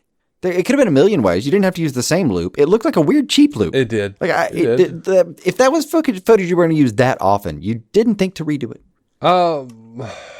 It was weird. Getting past that visual. And in my head, I remember it as the footage from the Sill video now. I'm pretty sure I'm just conflating a 30-year-old memory. Probably. I feel like the better question is, in that scene at the gala, Bruce walks up to the machine. He says, "How does it work?" They tell him how it works. He pulls out the little memory stick and depowers the fucking machine. Mm-hmm. The little green memory stick. Yeah, and he's very proud about it. Oh, that's neat. And then he walks in. He goes in to look around. Sugar reaches into her purse, pulls out a different memory stick, and sticks it in. The machine turns back on. Bruce does not seem to notice that suddenly the machine is operating again. He actively shut it down so that he could investigate it. And once he walked in, the machine came on, and he didn't move. He didn't leave. He didn't go, "Oh shit, this isn't the right thing." He stood there and was just like, "Oh, okay." He just stands there for purely plot purposes and lets them, like, we didn't see. Fuck with his brain. Yeah, right. The thing he's insisted this entire time was the worst idea. And, you can say, well, as seen as early as Stickley, as soon as that beam hits you, you're frozen there and you have no choice. It'd have to be a paralysis situation, and then you can get away with it. But he stood there for way too long just looking around after it came on before the beam hit his head. Like, he could have just been like, "Oh, wait, this shit was depowered. It's not supposed to be on now. Let me get the hell away." It's just for plot purposes, like you said. And it bugged me. It bugged me way more than just seeing the bat. Also, they are in fucking Gotham City. I would think bats are on a lot of people's minds. Like, there was no imagery in his head that they captured that said, "Yes, this motherfucker's Batman." Yeah. They're like, "What kind of man has bats on the brain?" Every fucking body. Everybody. I lived like 3 blocks from the University of Alabama football stadium for a while. You know how many bats are in my life at that point?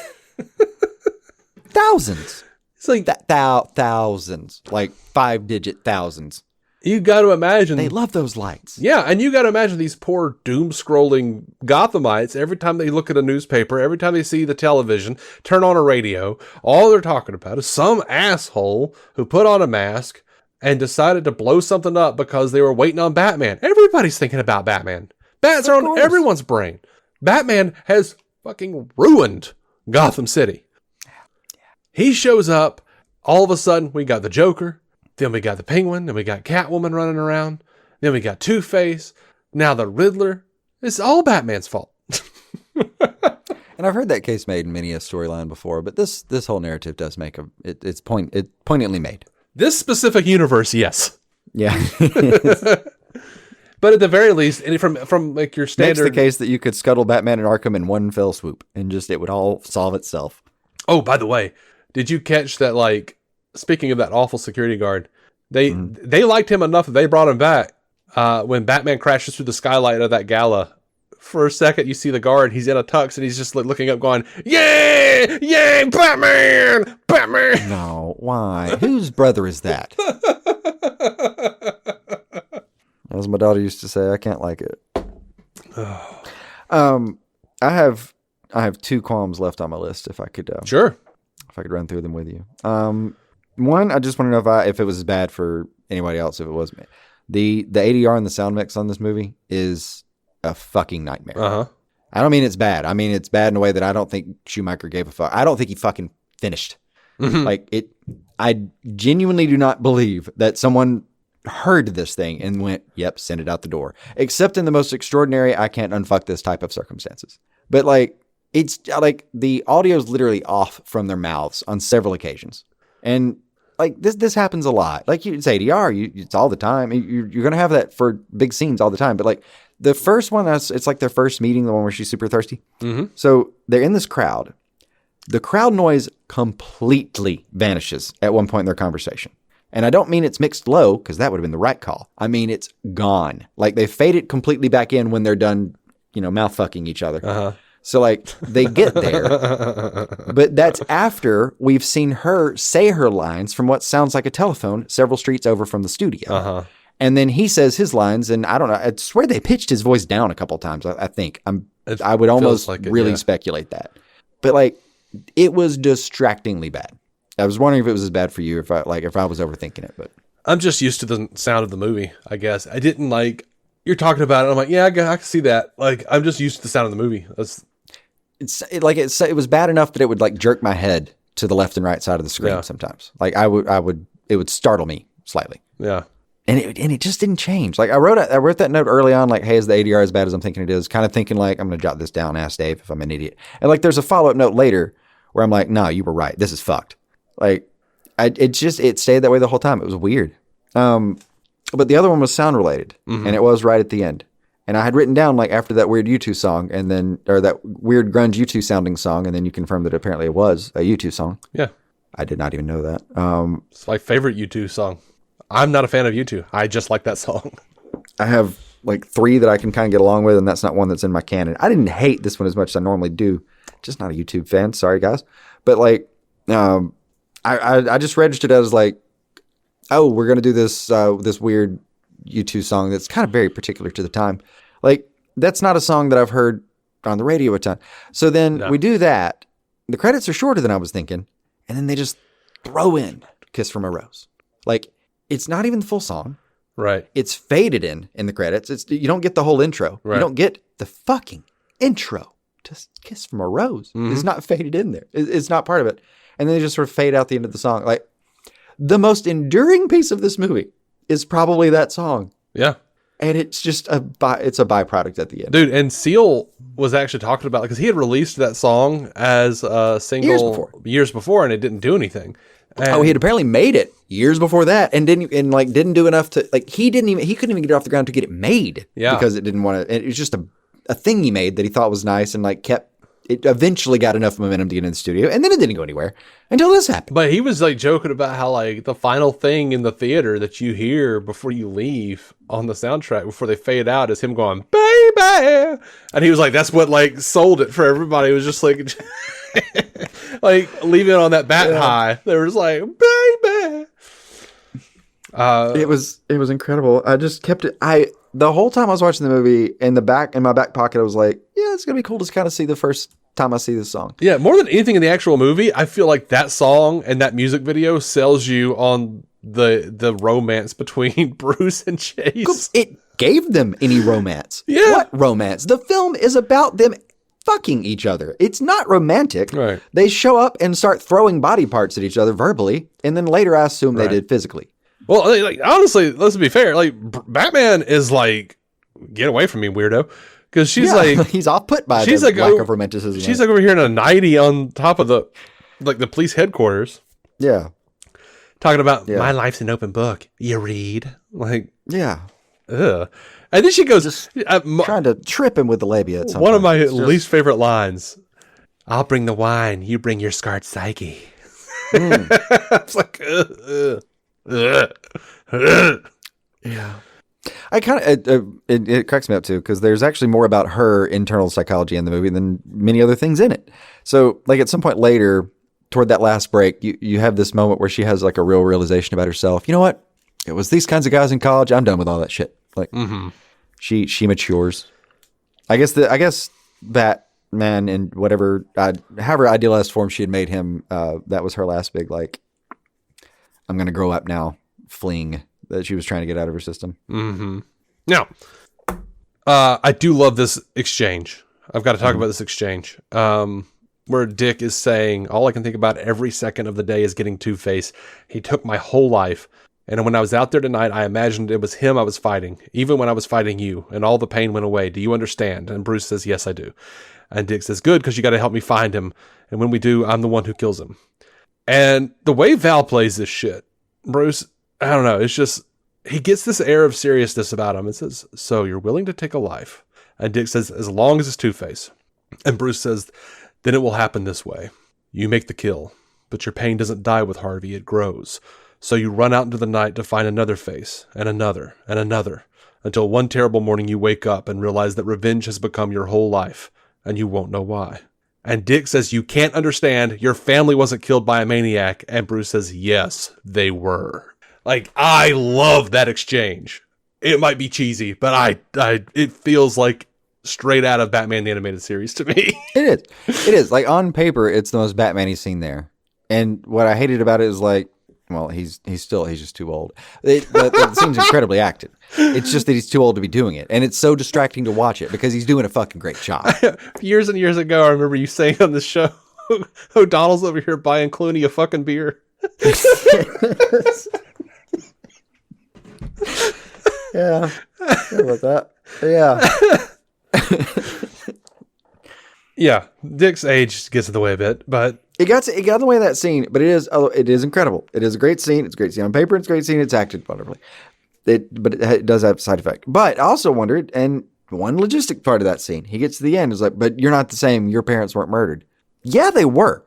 And no one in the entire United States does not know that. Like, no, I can see it. I would argue. Walk me through it, but that's a point that I was contentious about. One, I would argue that no one outside of Gotham knows that. I keep thinking that, like, the Playboy, like, because I know he's not just a Gotham Playboy. Like, the billionaire Playboy status of Bruce Wayne is supposed to be a relatively internationally known thing. But we're also talking about a thing that happened some 20 years ago, right? Bruce Wayne's parents were the thing that happened. It was the thing that happened in Gotham City 20 years ago, purportedly, since Dick is probably supposed to be 16 or 17 here, before Dick was born. Like, I'm trying to come up with some analogies about, like, the first thing is, like, I feel like it would be like also, a gay guy in San Francisco not knowing who Milk was. Like, it feels like a piece of like a narrative of the history that there's just no possible way you would not be. I don't think you can live in Gotham and not know that Bruce Wayne's parents died 20 years ago and in an alley. I just don't know if that's possible in my version of events. Okay, but Dick has been in Gotham like maybe a week. Okay, maybe. Traveling circus, man. It is a traveling circus, but I keep thinking that's just... And yet, I know people who are in their late 20s, about to turn 30, who have no idea who Phil Hartman is. I mean, yeah. It's definitely not a matter of, like, celebrity status. It's just that, like, I keep thinking that that's an immutable law of the I guess, DC universe, is that everyone knows that happened. I think we all know as fans that it happened, but in universe... Man, young people don't know who Bruce Wayne is. They don't give a shit. They're like, "Oh, that's that rich guy." I'm trying to project it into in universe as far as, like, who would actually know. Like, if you came to me and you said, "Tell me about Paris Hilton," I'd be like, "I don't know. She's rich and she had like a hotel or something. I don't know. Yeah. I don't know." And I was coming up while she was famous. I know she had a sex date. That's all I really know. I remember The Good Life or something. I don't know. But in real life, in this timeline with actual versions of events, I feel like it's like saying you don't know that. Why the Beatles can't get back together. Simple Life, or what was that show called with Nicole Richie? Yeah, it was The Simple Life, I think. I don't know what it was called. The pitchforks doing the photo. All I'm saying, if her parents died, I wouldn't know anything about it. I have bad news about Lionel. Oh? I actually don't know. I have no idea. Exactly. I think it's seeing as how he's like a kid who did not grow up in Gotham. He does not live in Gotham. He is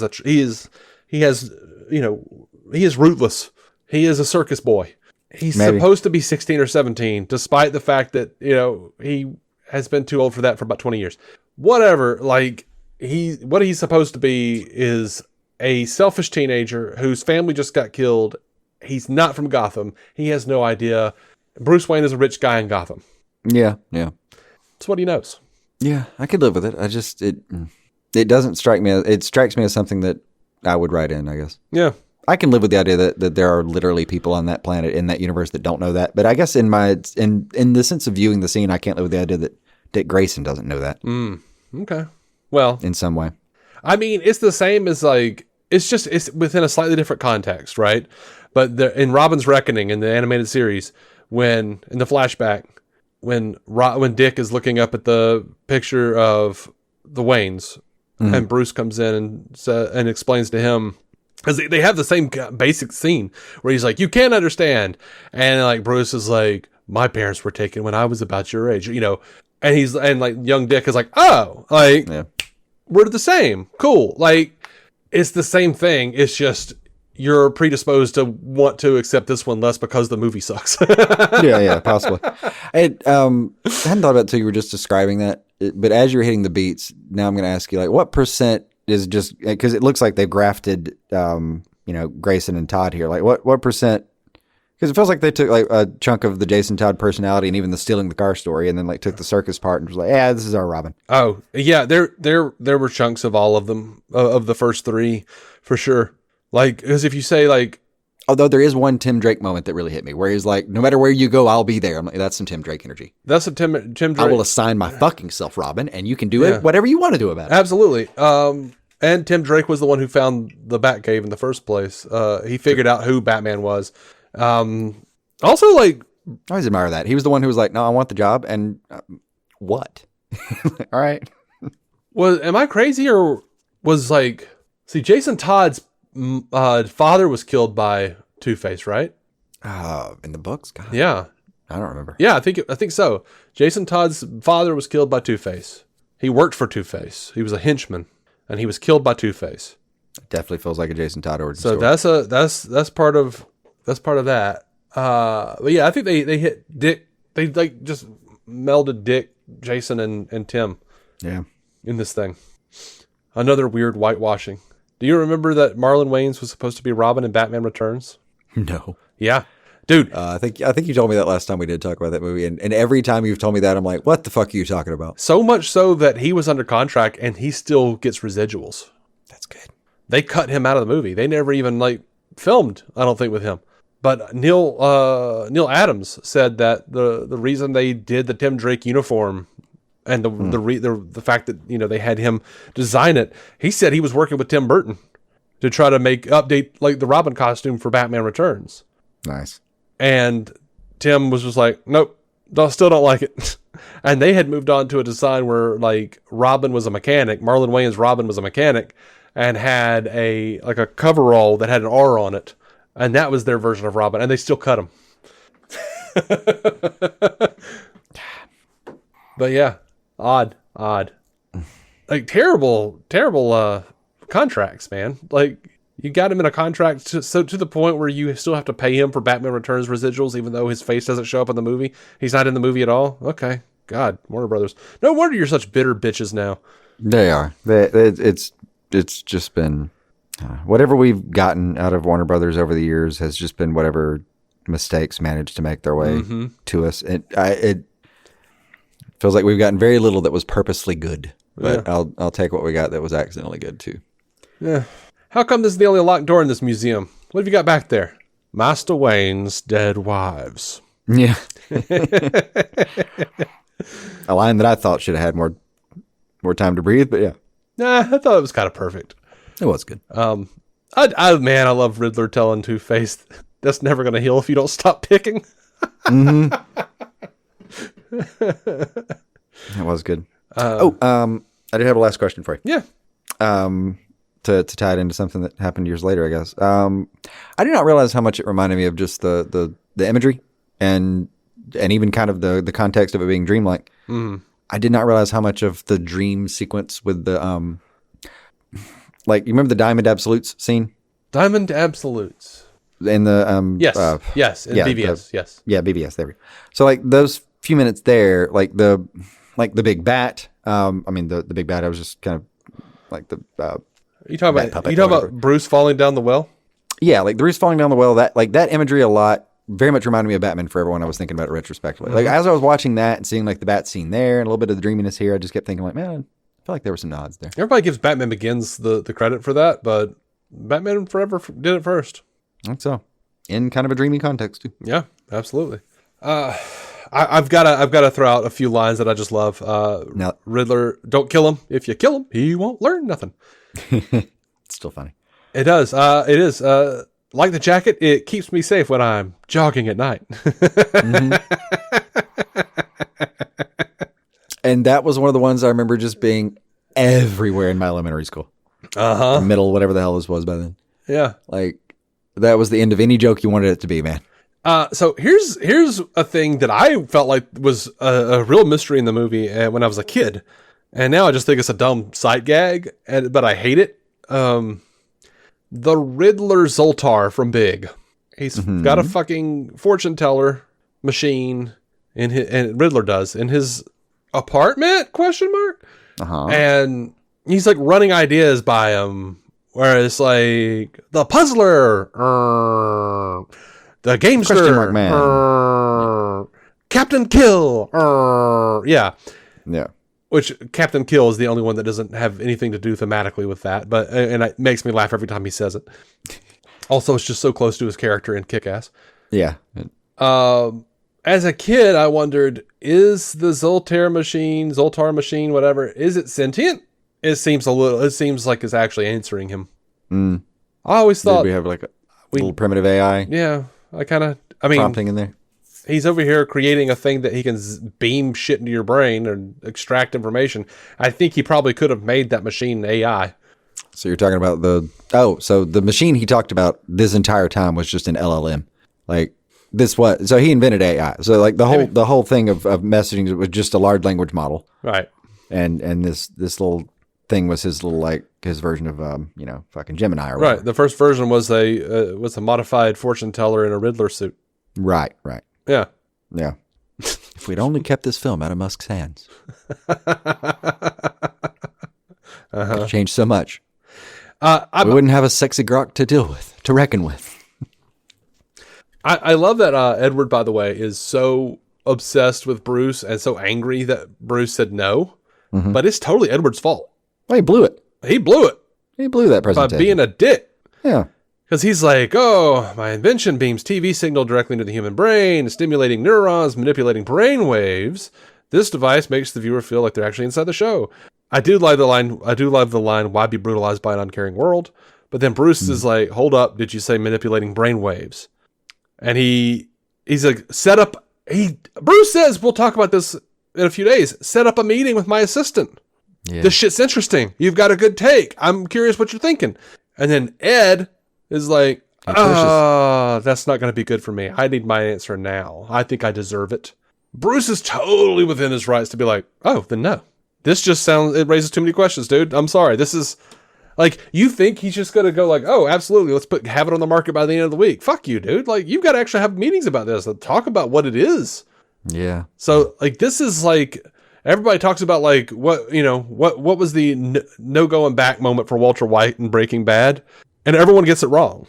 The real answer is when he knew he had cancer and his friends who started that big company with him all those years ago gave him his job back and with full medical, and he said no out of pride. That's when Walter White had his big pride fall, where he was like, and this is exactly the same thing where Enigma is going like, no, I know I got your attention. You want me to set up a meeting, but no. Yeah. Asshole. It was a shame to watch. By the way, I don't understand how this movie ends. I literally don't know what happens. Like the status of things when it's over? Or? Like, I know the status of things when it's over, but like, I don't understand how they got there. All is well, roughly. Like, because it's like, oh, the watery grave, and one's going to fall through one hole, and one's going to fall through the other. And Batman is like, okay, but I'm going to ask you a riddle, and then throw a batarang into your thing. Yeah, and that somehow... And then I'm going to jump and be able to save them both. Oh, I think it just distracted him from hitting the cane button. No, it didn't. They didn't? They literally show him hitting it twice. I guess he destroyed the AI with the yeet batarang. And it somehow paused during the reset. The button didn't work. I don't know. Yeah. And like, he answers the riddle and he goes, there is no way for me to save them or me. This is all one giant death trap. And Riddler goes, oh, yeah, your answer has to be in the form of a question. And he goes, whoa, wait, I have a riddle for you. All right, so he asks the riddle and then throws the thing into the big green cone. Of course. And then, Carrie screams no and hits the button twice. And they had said over and over again, like, there's no way to save them both. Well, he does anyway. He saves them both. I don't know. Deus Ex malfunction? He just said, there's no way for me to save them or myself. Then he saves both of them. Yeah. directly after. And then like walks up to the twitching, like brain swollen Nigma. Wrecked Nigma. And it's like, poor Edward, I had to save them both, for you see. Yeah. The answer to your riddle was to do everything anyway. Like, actually, my favorite in that moment, I was starting to anticipate lines, obviously, but like he's like, your answer, was it like your answer has to be in the form of a question, and I fully expected him to go, okay, is this a death trap? I would have paid $2 extra at the theater for that shit. I'm both Bruce Wayne and Batman, not because I have to be, but because I choose to be. Okay.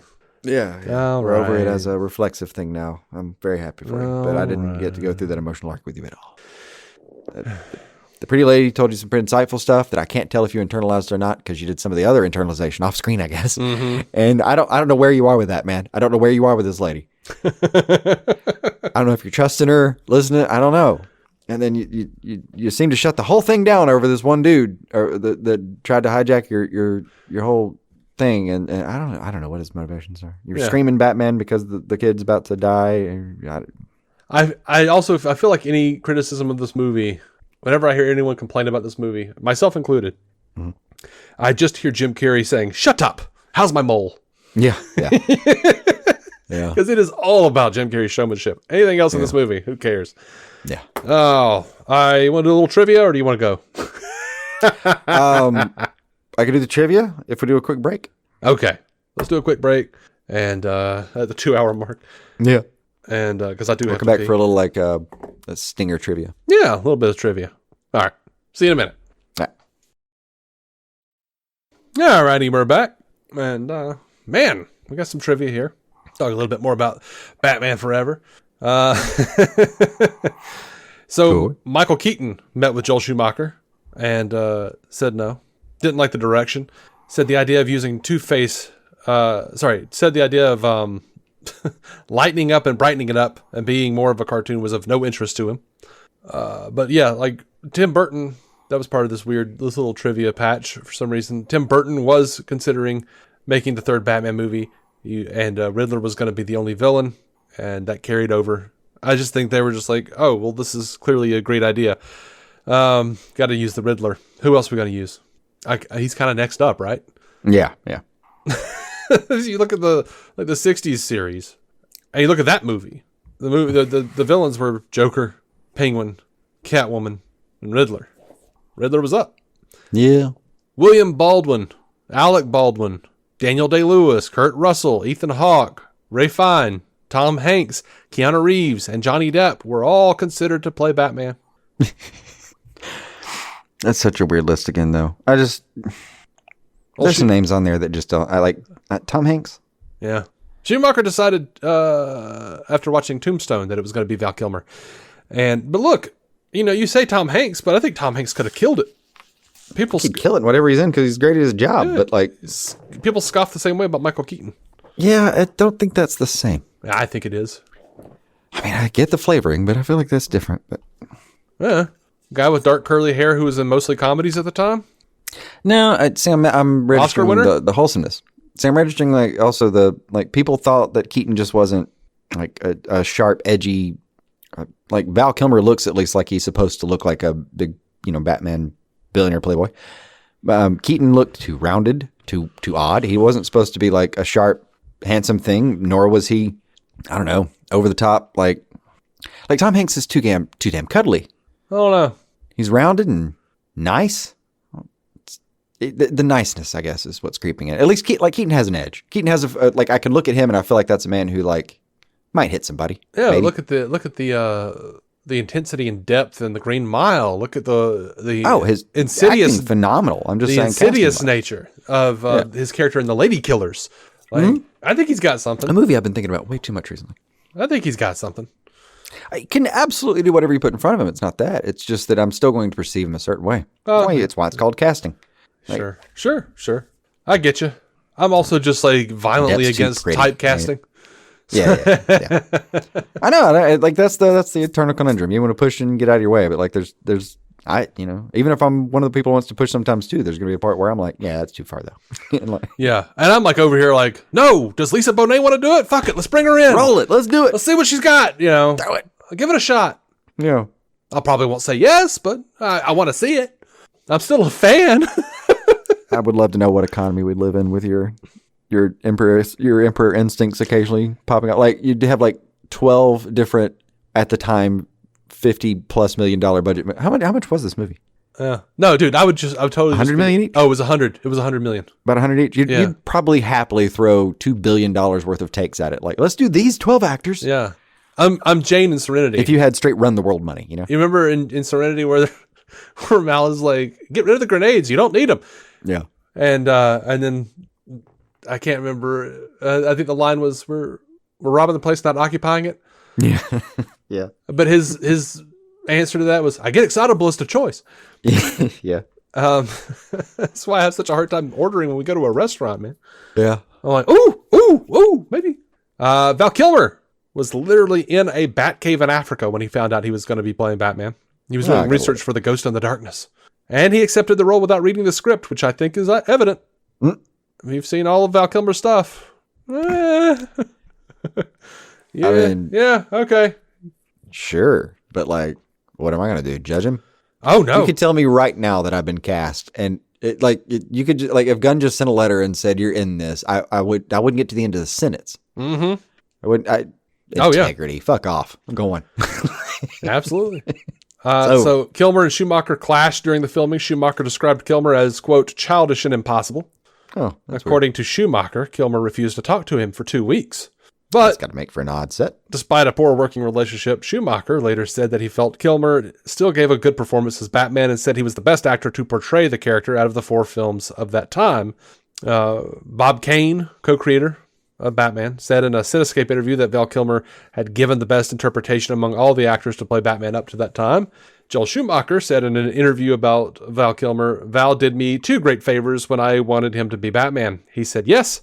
Then he created a situation which allowed me not to have him play Batman again. They were both happy instances for which I will forever be grateful. That is such a weird thing. The only time I loved you more than when I met you was when you were leaving. For Robin's casting, Leonardo DiCaprio turned down the role because he didn't like Schumacher's direction. It was reported that Christian Bale had auditioned for the role of Robin, but lost out to Chris O'Donnell. And then Christian Bale himself said that it was rubbish. I'd never go out for Bloody Robin. No, Christian Bale came back in an interview and said, I'm glad they didn't cast me. I would have looked too old. Yeah. Who did they cast again? Wait, what? Yeah. Oh, forget I said that.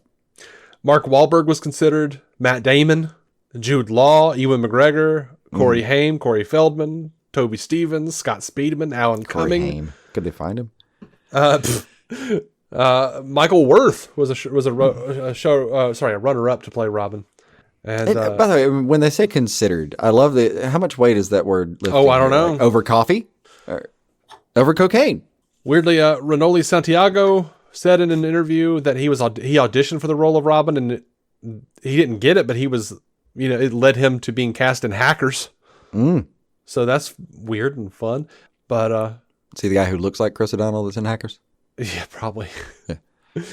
Yeah. Rene Russo was originally cast as Dr. Chase Meridian when Michael Keaton was still attached to the project.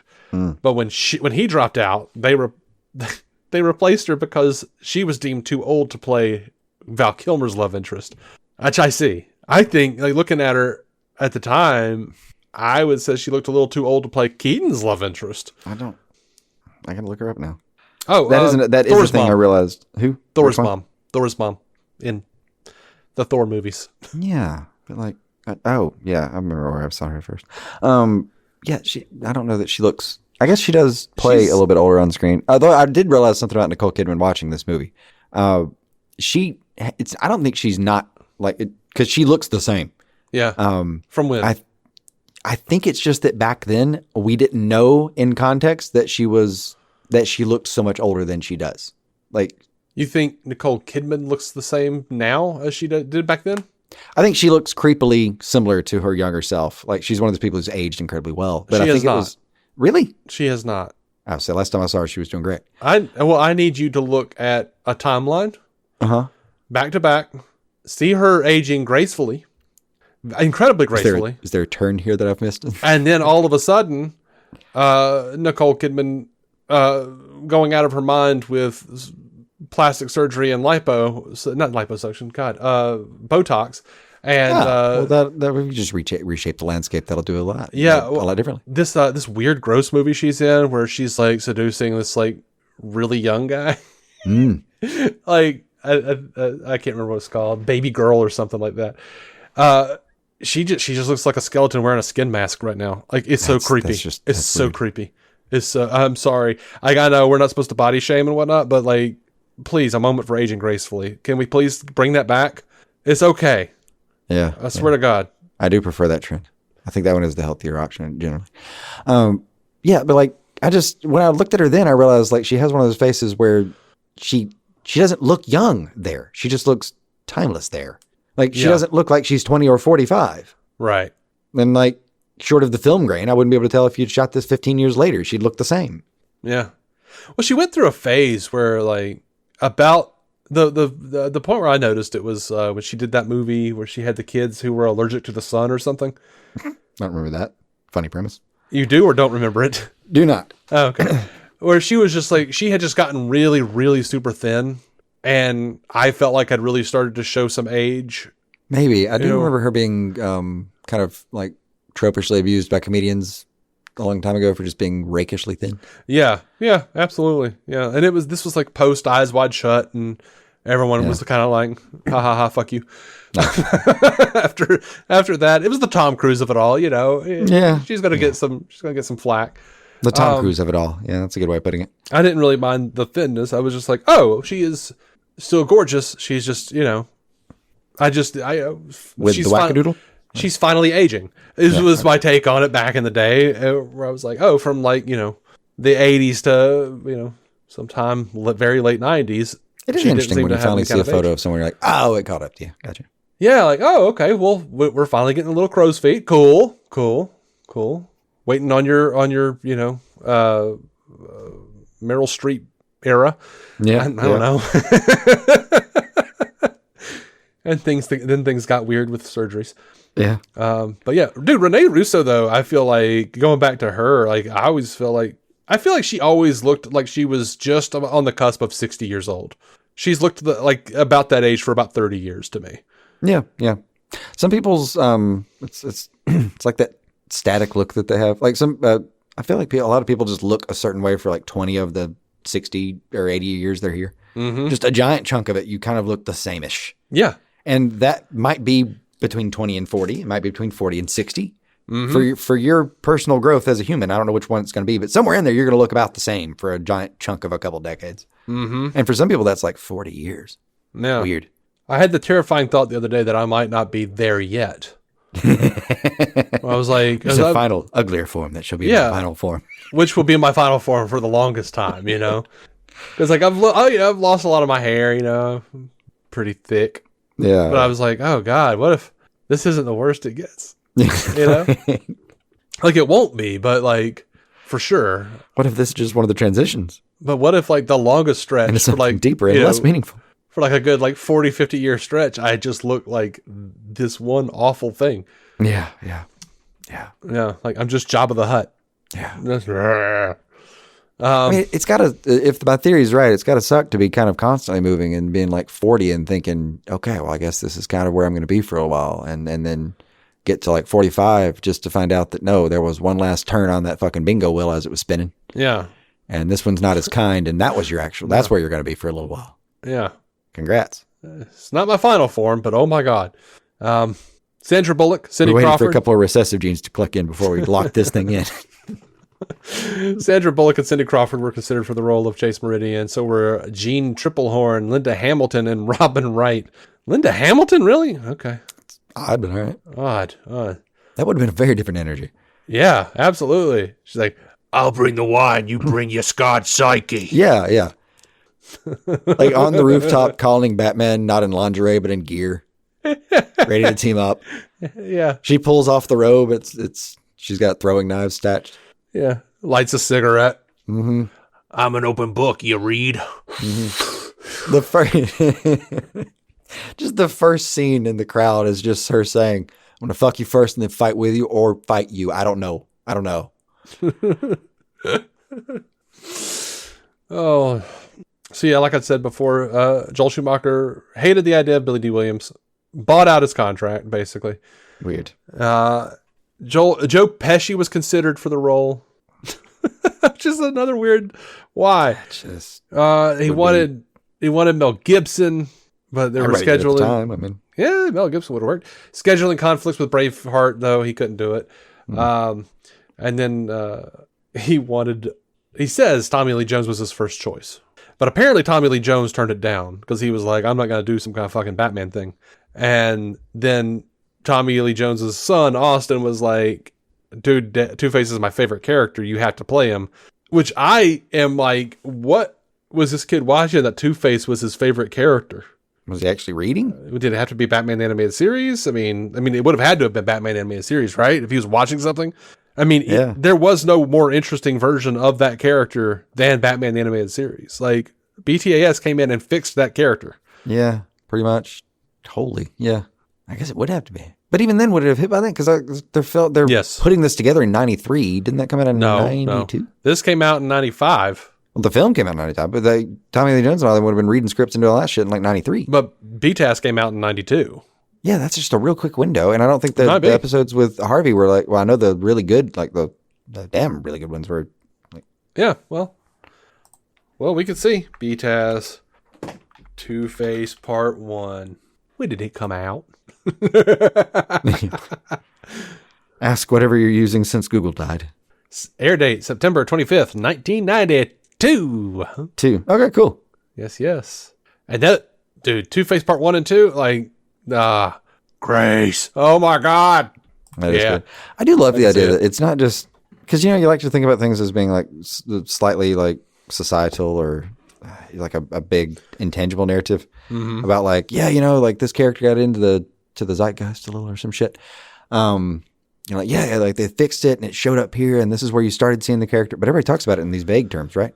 I like the idea that every once in a while it's like, this guy's kid liked it and that's why you saw this version here. Here's the actual like inflection point where I wish I had video of the kid seeing it. Yeah. But that's the most plausible version of events is that, the kid saw this fucking incredible version on BTAS and learned about it later. And the next thing you know, we have Tommy Lee Jones doing a version that was influenced directly. Well, I want to see like the kid watching Tommy Lee Jones do this and then looking at him going, what did you do? What happened? Yeah. This is awful, Dad. Like, let me show you the episode. Oh, gee, well, that would have been a lot better. I know. Yeah. Yeah. What'd you watch? Let me see it. Like, you can just see, like, if Tommy Lee Jones sees that, like, before his kid goes to see the movie, just sit him down and son, I have to explain some things to you about how Hollywood works. You don't get what you want in this town. You're like, okay. All right, Aaron, let me show you how to punch a guy. You ball up your fist, reach way back. Just punch yourself in the face. That's what Hollywood is. That's what happens. That's all that happens. Do that stupid trick from Reacher. Yeah. Son's like, Dad, how could you have made such a terrible, terrible version of Two-Face? He says, I'm innocent. His kid says, I don't care. Yeah. All right, I'll stop. I'm going to flip a coin and see if I respect you again. Yeah. Steve Martin was the second choice for Riddler after Robin Williams. Of course. But he said no. He was still in good enough shape, probably. But that wasn't the end of that. Well, Martin was not. He wasn't okay with it. He was like in a bad place. He wasn't making movies. He was too sad to make movies because John Candy died and he just got a divorce. He literally said he was too sad to make any movies. Huh? Michael Jackson lobbied to play the Riddler, but was turned down thusly. Matthew Broderick wanted to do it, but Joel Schumacher was set on Jim Carrey. That's the best decision he made. Yep, absolutely. Every other bad decision, and there were many, was survivable as a result of that one good one that he made. Christina Applegate, Melissa Joan Hart, and Tara Reid were all considered for the role of Sugar, who went to Drew Barrymore eventually. Jennifer Tilly and Gina Gershon were considered for the roles of Sugar and Spice. Jenny McCarthy turned down the role of Sugar. Renee Auberjonois, who played Odo on Deep Space Nine, was Dr. Burton, the wild-haired doctor in Arkham Asylum. Elizabeth Sanders, who played Gossip Gertie in both this movie and the next, was married to Bob Kane. They say he had a cameo in the film, and I've read that for years. I've never been able to find him. And weirdly, Nicole Kidman had previously been considered for the role of Catwoman, apparently, in Batman Returns. Now, in the original script, Two-Face's thugs, his female thugs, Sugar and Spice, they were called Lace and Leather. A little on the nose even for this movie. Yeah. In early drafts of the film, Riddler's name was Lyle Heckendorf instead of Edward Nigma, and his rival company was called Heck Tech instead of Nigma Tech. Probably because they were like, Nigma, that's dumb. Let's call him something else. Heckendorf is going to fix that. A scene in the early drafts that didn't make it into the final film featured Lyle stalking Bruce at the circus and stealing the clothes of a performing circus leprechaun. The leprechaun suit then formed the basis for the Riddler outfit. Oh, no. It could have been so much worse, Jason. After the Batmobile rides up the wall to escape from Two-Face, there was going to be a car chase on the rooftops of Gotham. Mm-hmm. Due to time and money constraints, this idea was scrapped. The idea was pushed back to Dark Knight Rises. But then it was pushed back to Batman and Robin. Oh, yeah, that's right. Where they're literally driving across statue arms. Oh, no. And actually, it happened in Batman Begins as well. Joel Schumacher wanted Nicole Kidman to play Poison Ivy, but he decided that Ivy, Two-Face, and Riddler would be too many villains. Yes. Yeah, good call there. Jim Carrey's... By the way, Nicole Kidman is Poison Ivy? I'm sure it would have killed you. Hell yeah. Yeah. Jim Carrey's original idea to shave a question mark into his scalp had to be scrapped since he was due in court to finalize his divorce. Wow. Uh-huh. Early. Just do one on the side of his head or something? Yeah, that would have made sense. No, that would have made sense for that last scene. That hair was weird anyway. Yeah. But like, bald cap? Dude, I don't know. What did he go to court in? If that, like, anyway. Early concepts of the final showdown on Claw Island had a huge muscled Riddler sitting on his throne when Batman finds him. The Riddler twists the two skulls on his armrests, and the Riddler's muscle body is revealed to be a shell, which splits in two, from which the real Riddler, wearing his white and green jumpsuit, steps out. This description made it into the junior novelization of the movie by Alan Grant and was also featured in the video game based on the movie. I remember that. It was weird at the time. I don't know why that was even ever a thought. That's why. This is the only version of Two-Face that does not have a bulging eyeball and exposed teeth on the left side. Rick Baker, the makeup artist, wanted to portray those iconic qualities early in the design process, but Warner Brothers vetoed him. Again, why? Well, probably because of kids and Happy Meals. Then don't use him. Joel Schumacher originally wanted to Throwing that out there. Yeah, I know, right? Joel Schumacher originally wanted to make a much darker and more serious film that would have more fully explored Bruce Wayne's growing fear that his crusade to be Batman had done more harm than good, and that Bruce was beginning to suffer from burnout. But the executives at Warner Brothers insisted on a lighter tone. The original cut was 3 hours long and much darker, heavily exploring Bruce Wayne's psyche and guilt. The first part of the film was edited extensively to begin with an action sequence. The DVD features the original opening scene, which was Two-Face's escape from Arkham Asylum. And yeah, he slits a guy's throat and writes in blood, the bat must die, by the way, on the wall. Way darker. This was to lead... but still no motivation for it, but okay.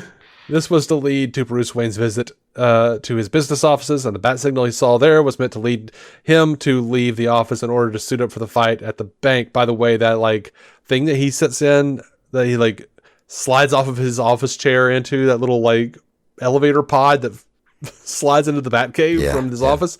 Dope as hell. No idea how it works. Cool fucking chair. Yeah. So cool. Have no idea how that would actually work in the real world. But I saw very little of the scene following it. It took me a couple minutes to catch up. I was going through designs of how you could do that. That would be so much fun. But Batman the Animated Series did it too, so I can't really bitch. It was cool then too.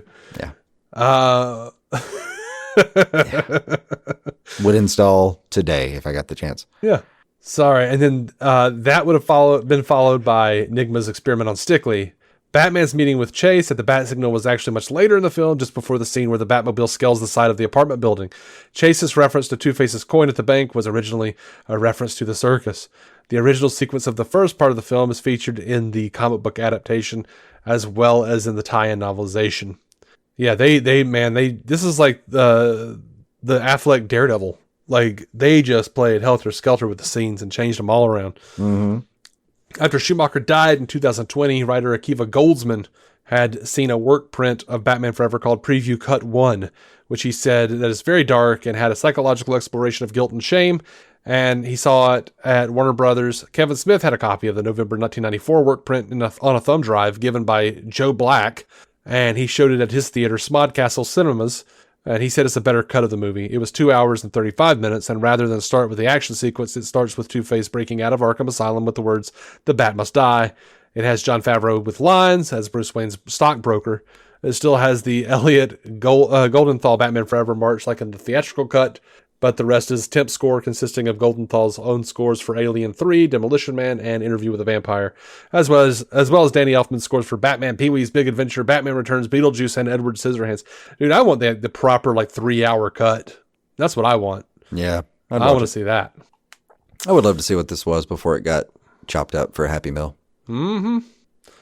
John McTiernan was approached to direct, but he declined in favor of doing Die Hard with a Vengeance. This is the second film in history to cost $100 million after True Lies. Nice. Sam Raimi was at one point considered to direct.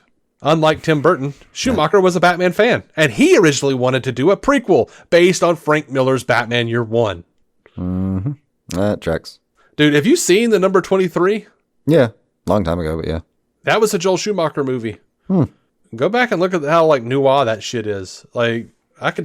Dude, Schumacher does some dark shit. I believe it. Yeah, he basically does the Year One scene over and over again with that stupid bat puppet anyway, so that makes sense. Yeah. Let's see. The screenwriters, Lee Batchelor and Janet Scott Batchley, the initial screenwriters, Goldsman came in later, have stated that they read the 1939 to 1940 comics by Bob Kane and Bill Finger, the then contemporary Nightfall story arc, and Frank Miller's The Dark Knight Returns for inspiration. All fine inspirations. Somehow they only translated the 1940s comics. Just weird. Yeah. According to Mark Hamill, director Joel Schumacher watched the Flash episode Trial of the Trickster repeatedly for inspiration. Yeah. Yeah. Frank Gorshin, who played the Riddler in 1966, was one of Jim Carrey's favorite actors growing up. This is funny. Exterior scenes of Wayne Manor were filmed at the Webb Institute of Naval Architecture on Long Island. The production team had to change the school's W on the entrance gate because it had an anchor behind it. Can we keep the anchor? I like it. Yeah. Oh God, that would have been weird. The trivia is revealing more and more that I think I'm right earlier, that what was good about this movie was a series of accidents. Oh, dude, the scene where Bruce breaks down the door to Chase's office. Yeah. Because he thinks she's getting hurt or whatever. That wasn't in the original script. Like him doing that. The sequence was reimagined because Nicole Kidman was very passionate about kickboxing and asked Joel if they could find a way to incorporate this element into the character. Why? What the fuck? Was she trying to start an action career? Oh. Was that her way of just trying to seed that in? She looks pretty good punching on screen. Do we got anything we make her be? That's the only logical thing I can think of. Everything else is just the craziness of I love this right now. Can you put it in the movie? Yeah. That was the real reason they took that anchor off of the W, because they have enough anchors on this fucking movie already. Yeah. Dragging it down. First film appearances of Arkham Asylum and Wayne Enterprises in a live action. Gotcha. Nicole Kidman recalled the reaction to her casting as Chase Meridian. Everyone was like, "Why are you doing that?" And I'm like, "Because I get to kiss Batman." It's a funny line. That's good. It's fine. It's a good enough reason. I would do it to kiss Batman. That sounds fantastic. Sure. Yeah. Okay. To say that. The only person doing any actual good work here in this movie, aside from Jim Carrey just being Jim Carrey, Bruce Wayne. Val Kilmer reflected, to get into the character of Bruce Wayne remembering the death of his parents, Val Kilmer reflected upon the recent death of his own father. Yeah, okay. Jim Carrey was doing his thing, but I do feel like Val Kilmer and Michael Goff were the only believable people in this movie. Yeah, but what's so annoying about that was they were telling this weird, slightly real story every once in a while where you were like distracted by like why it's just strange, man. It was like somebody getting serious in the middle of all this was a non sequitur. Mm-hmm. Here's a weird thing, and I only remember a reference in '89 to it. This is the only film in Tim Burton or Joel Schumacher's Batman series without a single mention of a Beauty and the Beast metaphor. I only remember '89, where Joker says, as he's dancing with Vicky, Beauty and the Beast. Of course, if anyone else calls you Beast, I'll rip their lungs out. I didn't even register that as a Beauty and the Beast metaphor. He just says the words Beauty and the Beast before saying something strange. Well, the joke not like is a that literary he would be illusion, Beast, you know? Yeah. This is a good one. According to Jim Carrey, he did not get along with Tommy Lee Jones, who told Carrey he hated him. Yeah. Yeah. Carrey later surmised that it was because at the time, Carrey's blockbuster Dumb and Dumber was released the same week as Jones's passion project, Cobb, and it financially eviscerated Cobb and moved the film's recognition into obscurity. Carrey explained Jones was a little crusty about this because of Cobb. It was his big swing for the fences. But he did, he said about that one too. He said he visited Jones in a restaurant, cheerfully approached the table, said, "Hey, Tommy, how you doing?" Only for Jones to turn pale, begin visibly shaking. Quote, like he had been thinking of me for 24 hours. The blood just drained from his face in such a way that I realized I had become the face of his pain or something. He started shaking, and he got up like he was in mid-kill me fantasy, hugged me, and said, "I hate you. I really don't like you." And I said, "Gee, man, what's the problem?" And I pulled up a chair, which probably wasn't smart. And he said, "I cannot sanction your buffoonery." I love He it. wasn't alone at the time. Tommy Lee Jones, man. Yeah. He is absolutely the kind of guy to say, "I cannot sanction your buffoonery." Yes. Yeah. That feels right. But like Jim Carrey was a lot, man. Mm-hmm. Like, it was a lot. He for a long time, he felt like a weirdo that not even everyone, like even in this fantasy land called Hollywood when I was a kid, like you didn't feel like he was of there. He was doing whatever this was to them. Mm-hmm. I mean, it was like 10 years old. You had some sense of that. Yeah. It was reported that clashes between Tommy Lee Jones and Jim Carrey were so annoying that Joel Schumacher said he would never work with either of them again. He lied, but he went on to work with Carrey later. But Carrey countered with, "What if Tommy's not there?" "Ah, you got me." "Ah, you dirty dog." Yeah. Sly mink. So the Batmobile, always driven by stunt drivers, except Chris O'Donnell insisted on driving it, and he crashed it into the curb and dented it. Of course. Apparently, Will Shortz, the puzzle master on National Public Radio and editor of the New York Times crossword puzzle, created all of Riddler's riddles in this movie. I don't think he was required for that. Yeah. I don't know if we needed to pull him in. I mean, he's a legend. I know. I don't know if he was required for this. I don't know if he had to show off that talent. The riddles were not great. No. A clock, a match. I don't think he would be super thrilled if this was the example that he was known by. Tear one off and scratch my head. Yeah. The clock-based thing? Yeah. Yeah. Oh, man. This is the first movie to refer to Batman as the Dark Knight. Good. A sign can be said that a sign that can be seen. Good Lord. A sign can be seen that says Crisscross, which is a reference to Crisscross Puzzle Company, which is how Riddler's riddles were transmitted when he first debuted in the 1940s. And this is the first live-action Batman, as we mentioned earlier, to show Bruce's origin with the bats in the cave. The Batsuit costume was redesigned to have more of a, quote, MTV organic and edgier feel. What does MTV organic mean? Say that whole sentence again, and I could take a swing at it, but it's just vague. Like, because I think they mean back in like that analog music video kind of day, like the original conception of like almost DIY. We're gonna do this thing to this song. That didn't last long. Like, yeah, I think that was over by like 92. By the way, that Val Kilmer Batman suit was like over 100 pounds. Good God. Yeah. He couldn't hear what anyone was saying because of the rubber cowl. Yeah. The suit dramatically restricted his movements. That was obvious.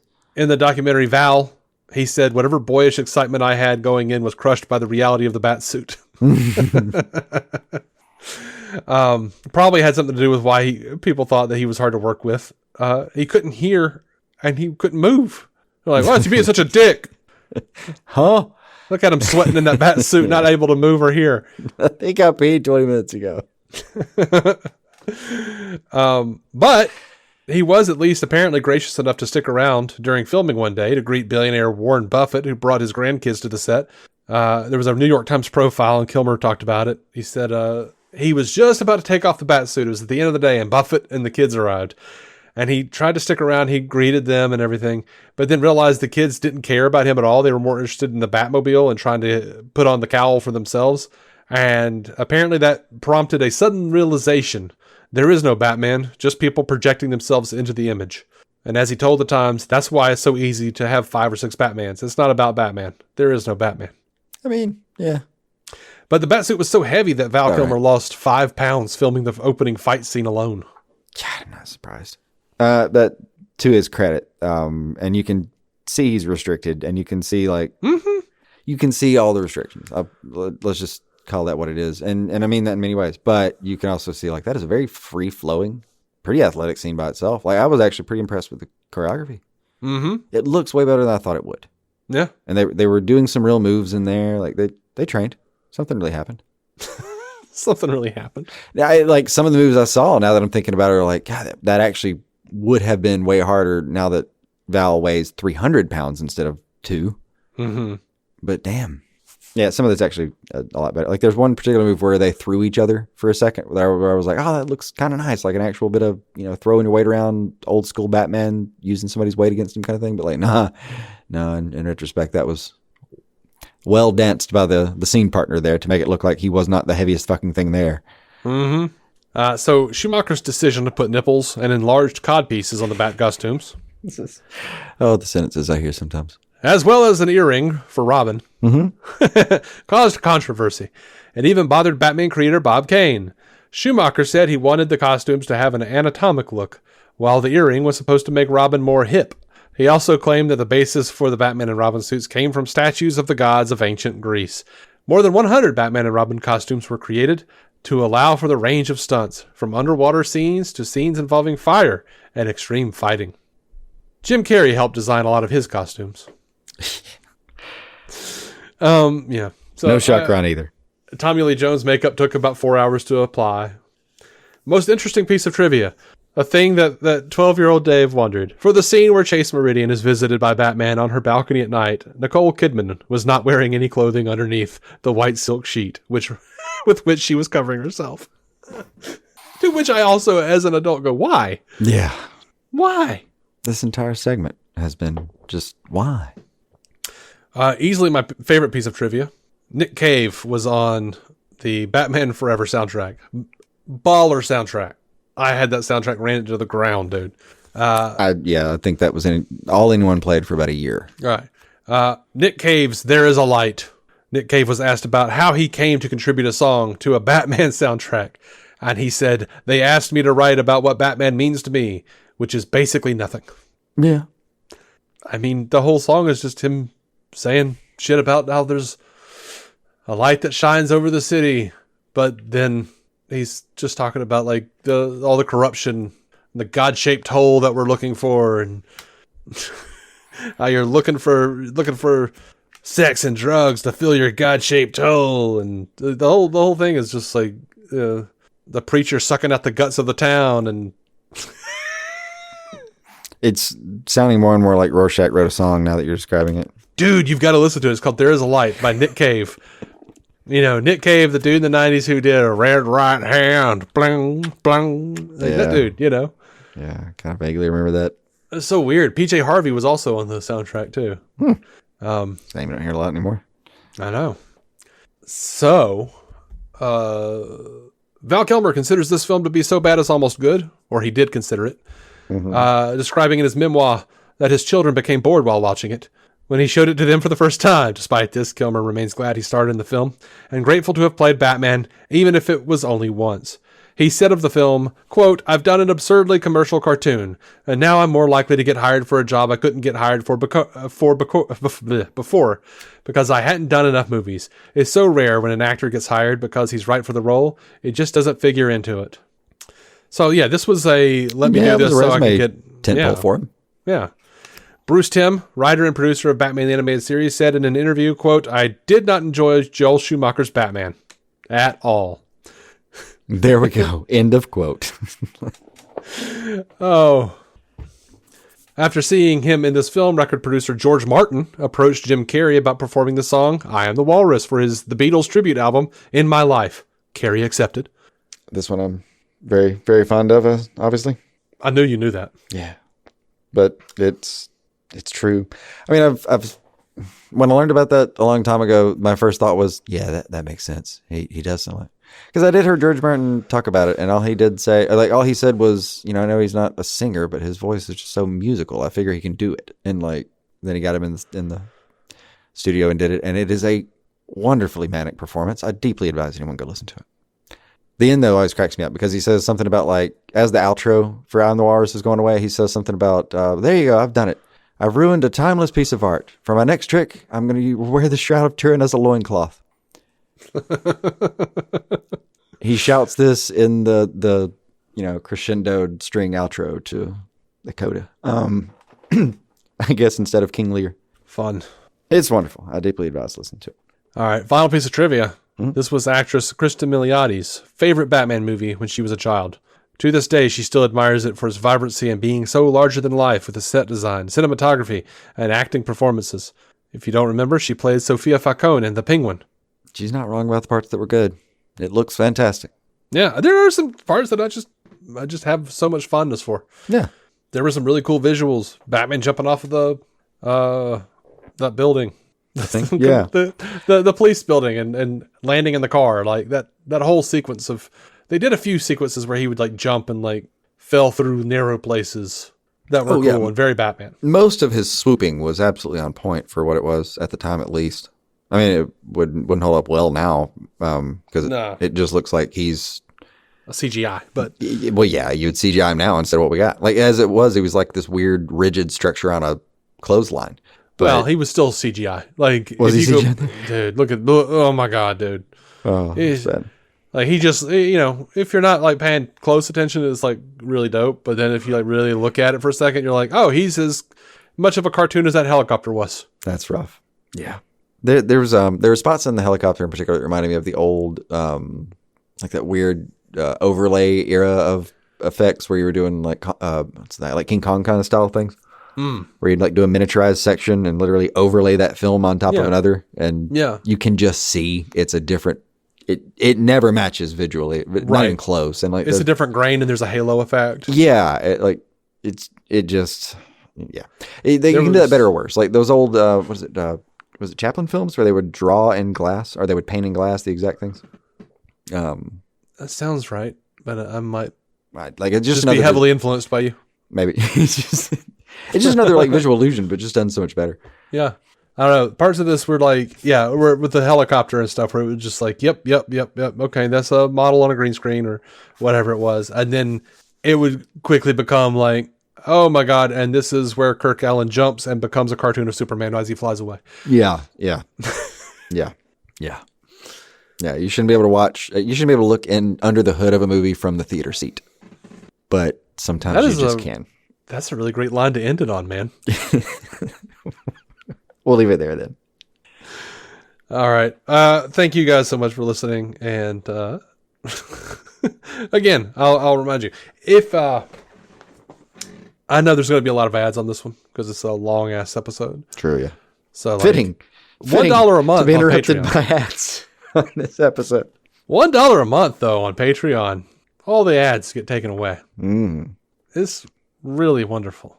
Can't strip at the ads out of this movie for $1 a month. Patreon.com/DC on screen.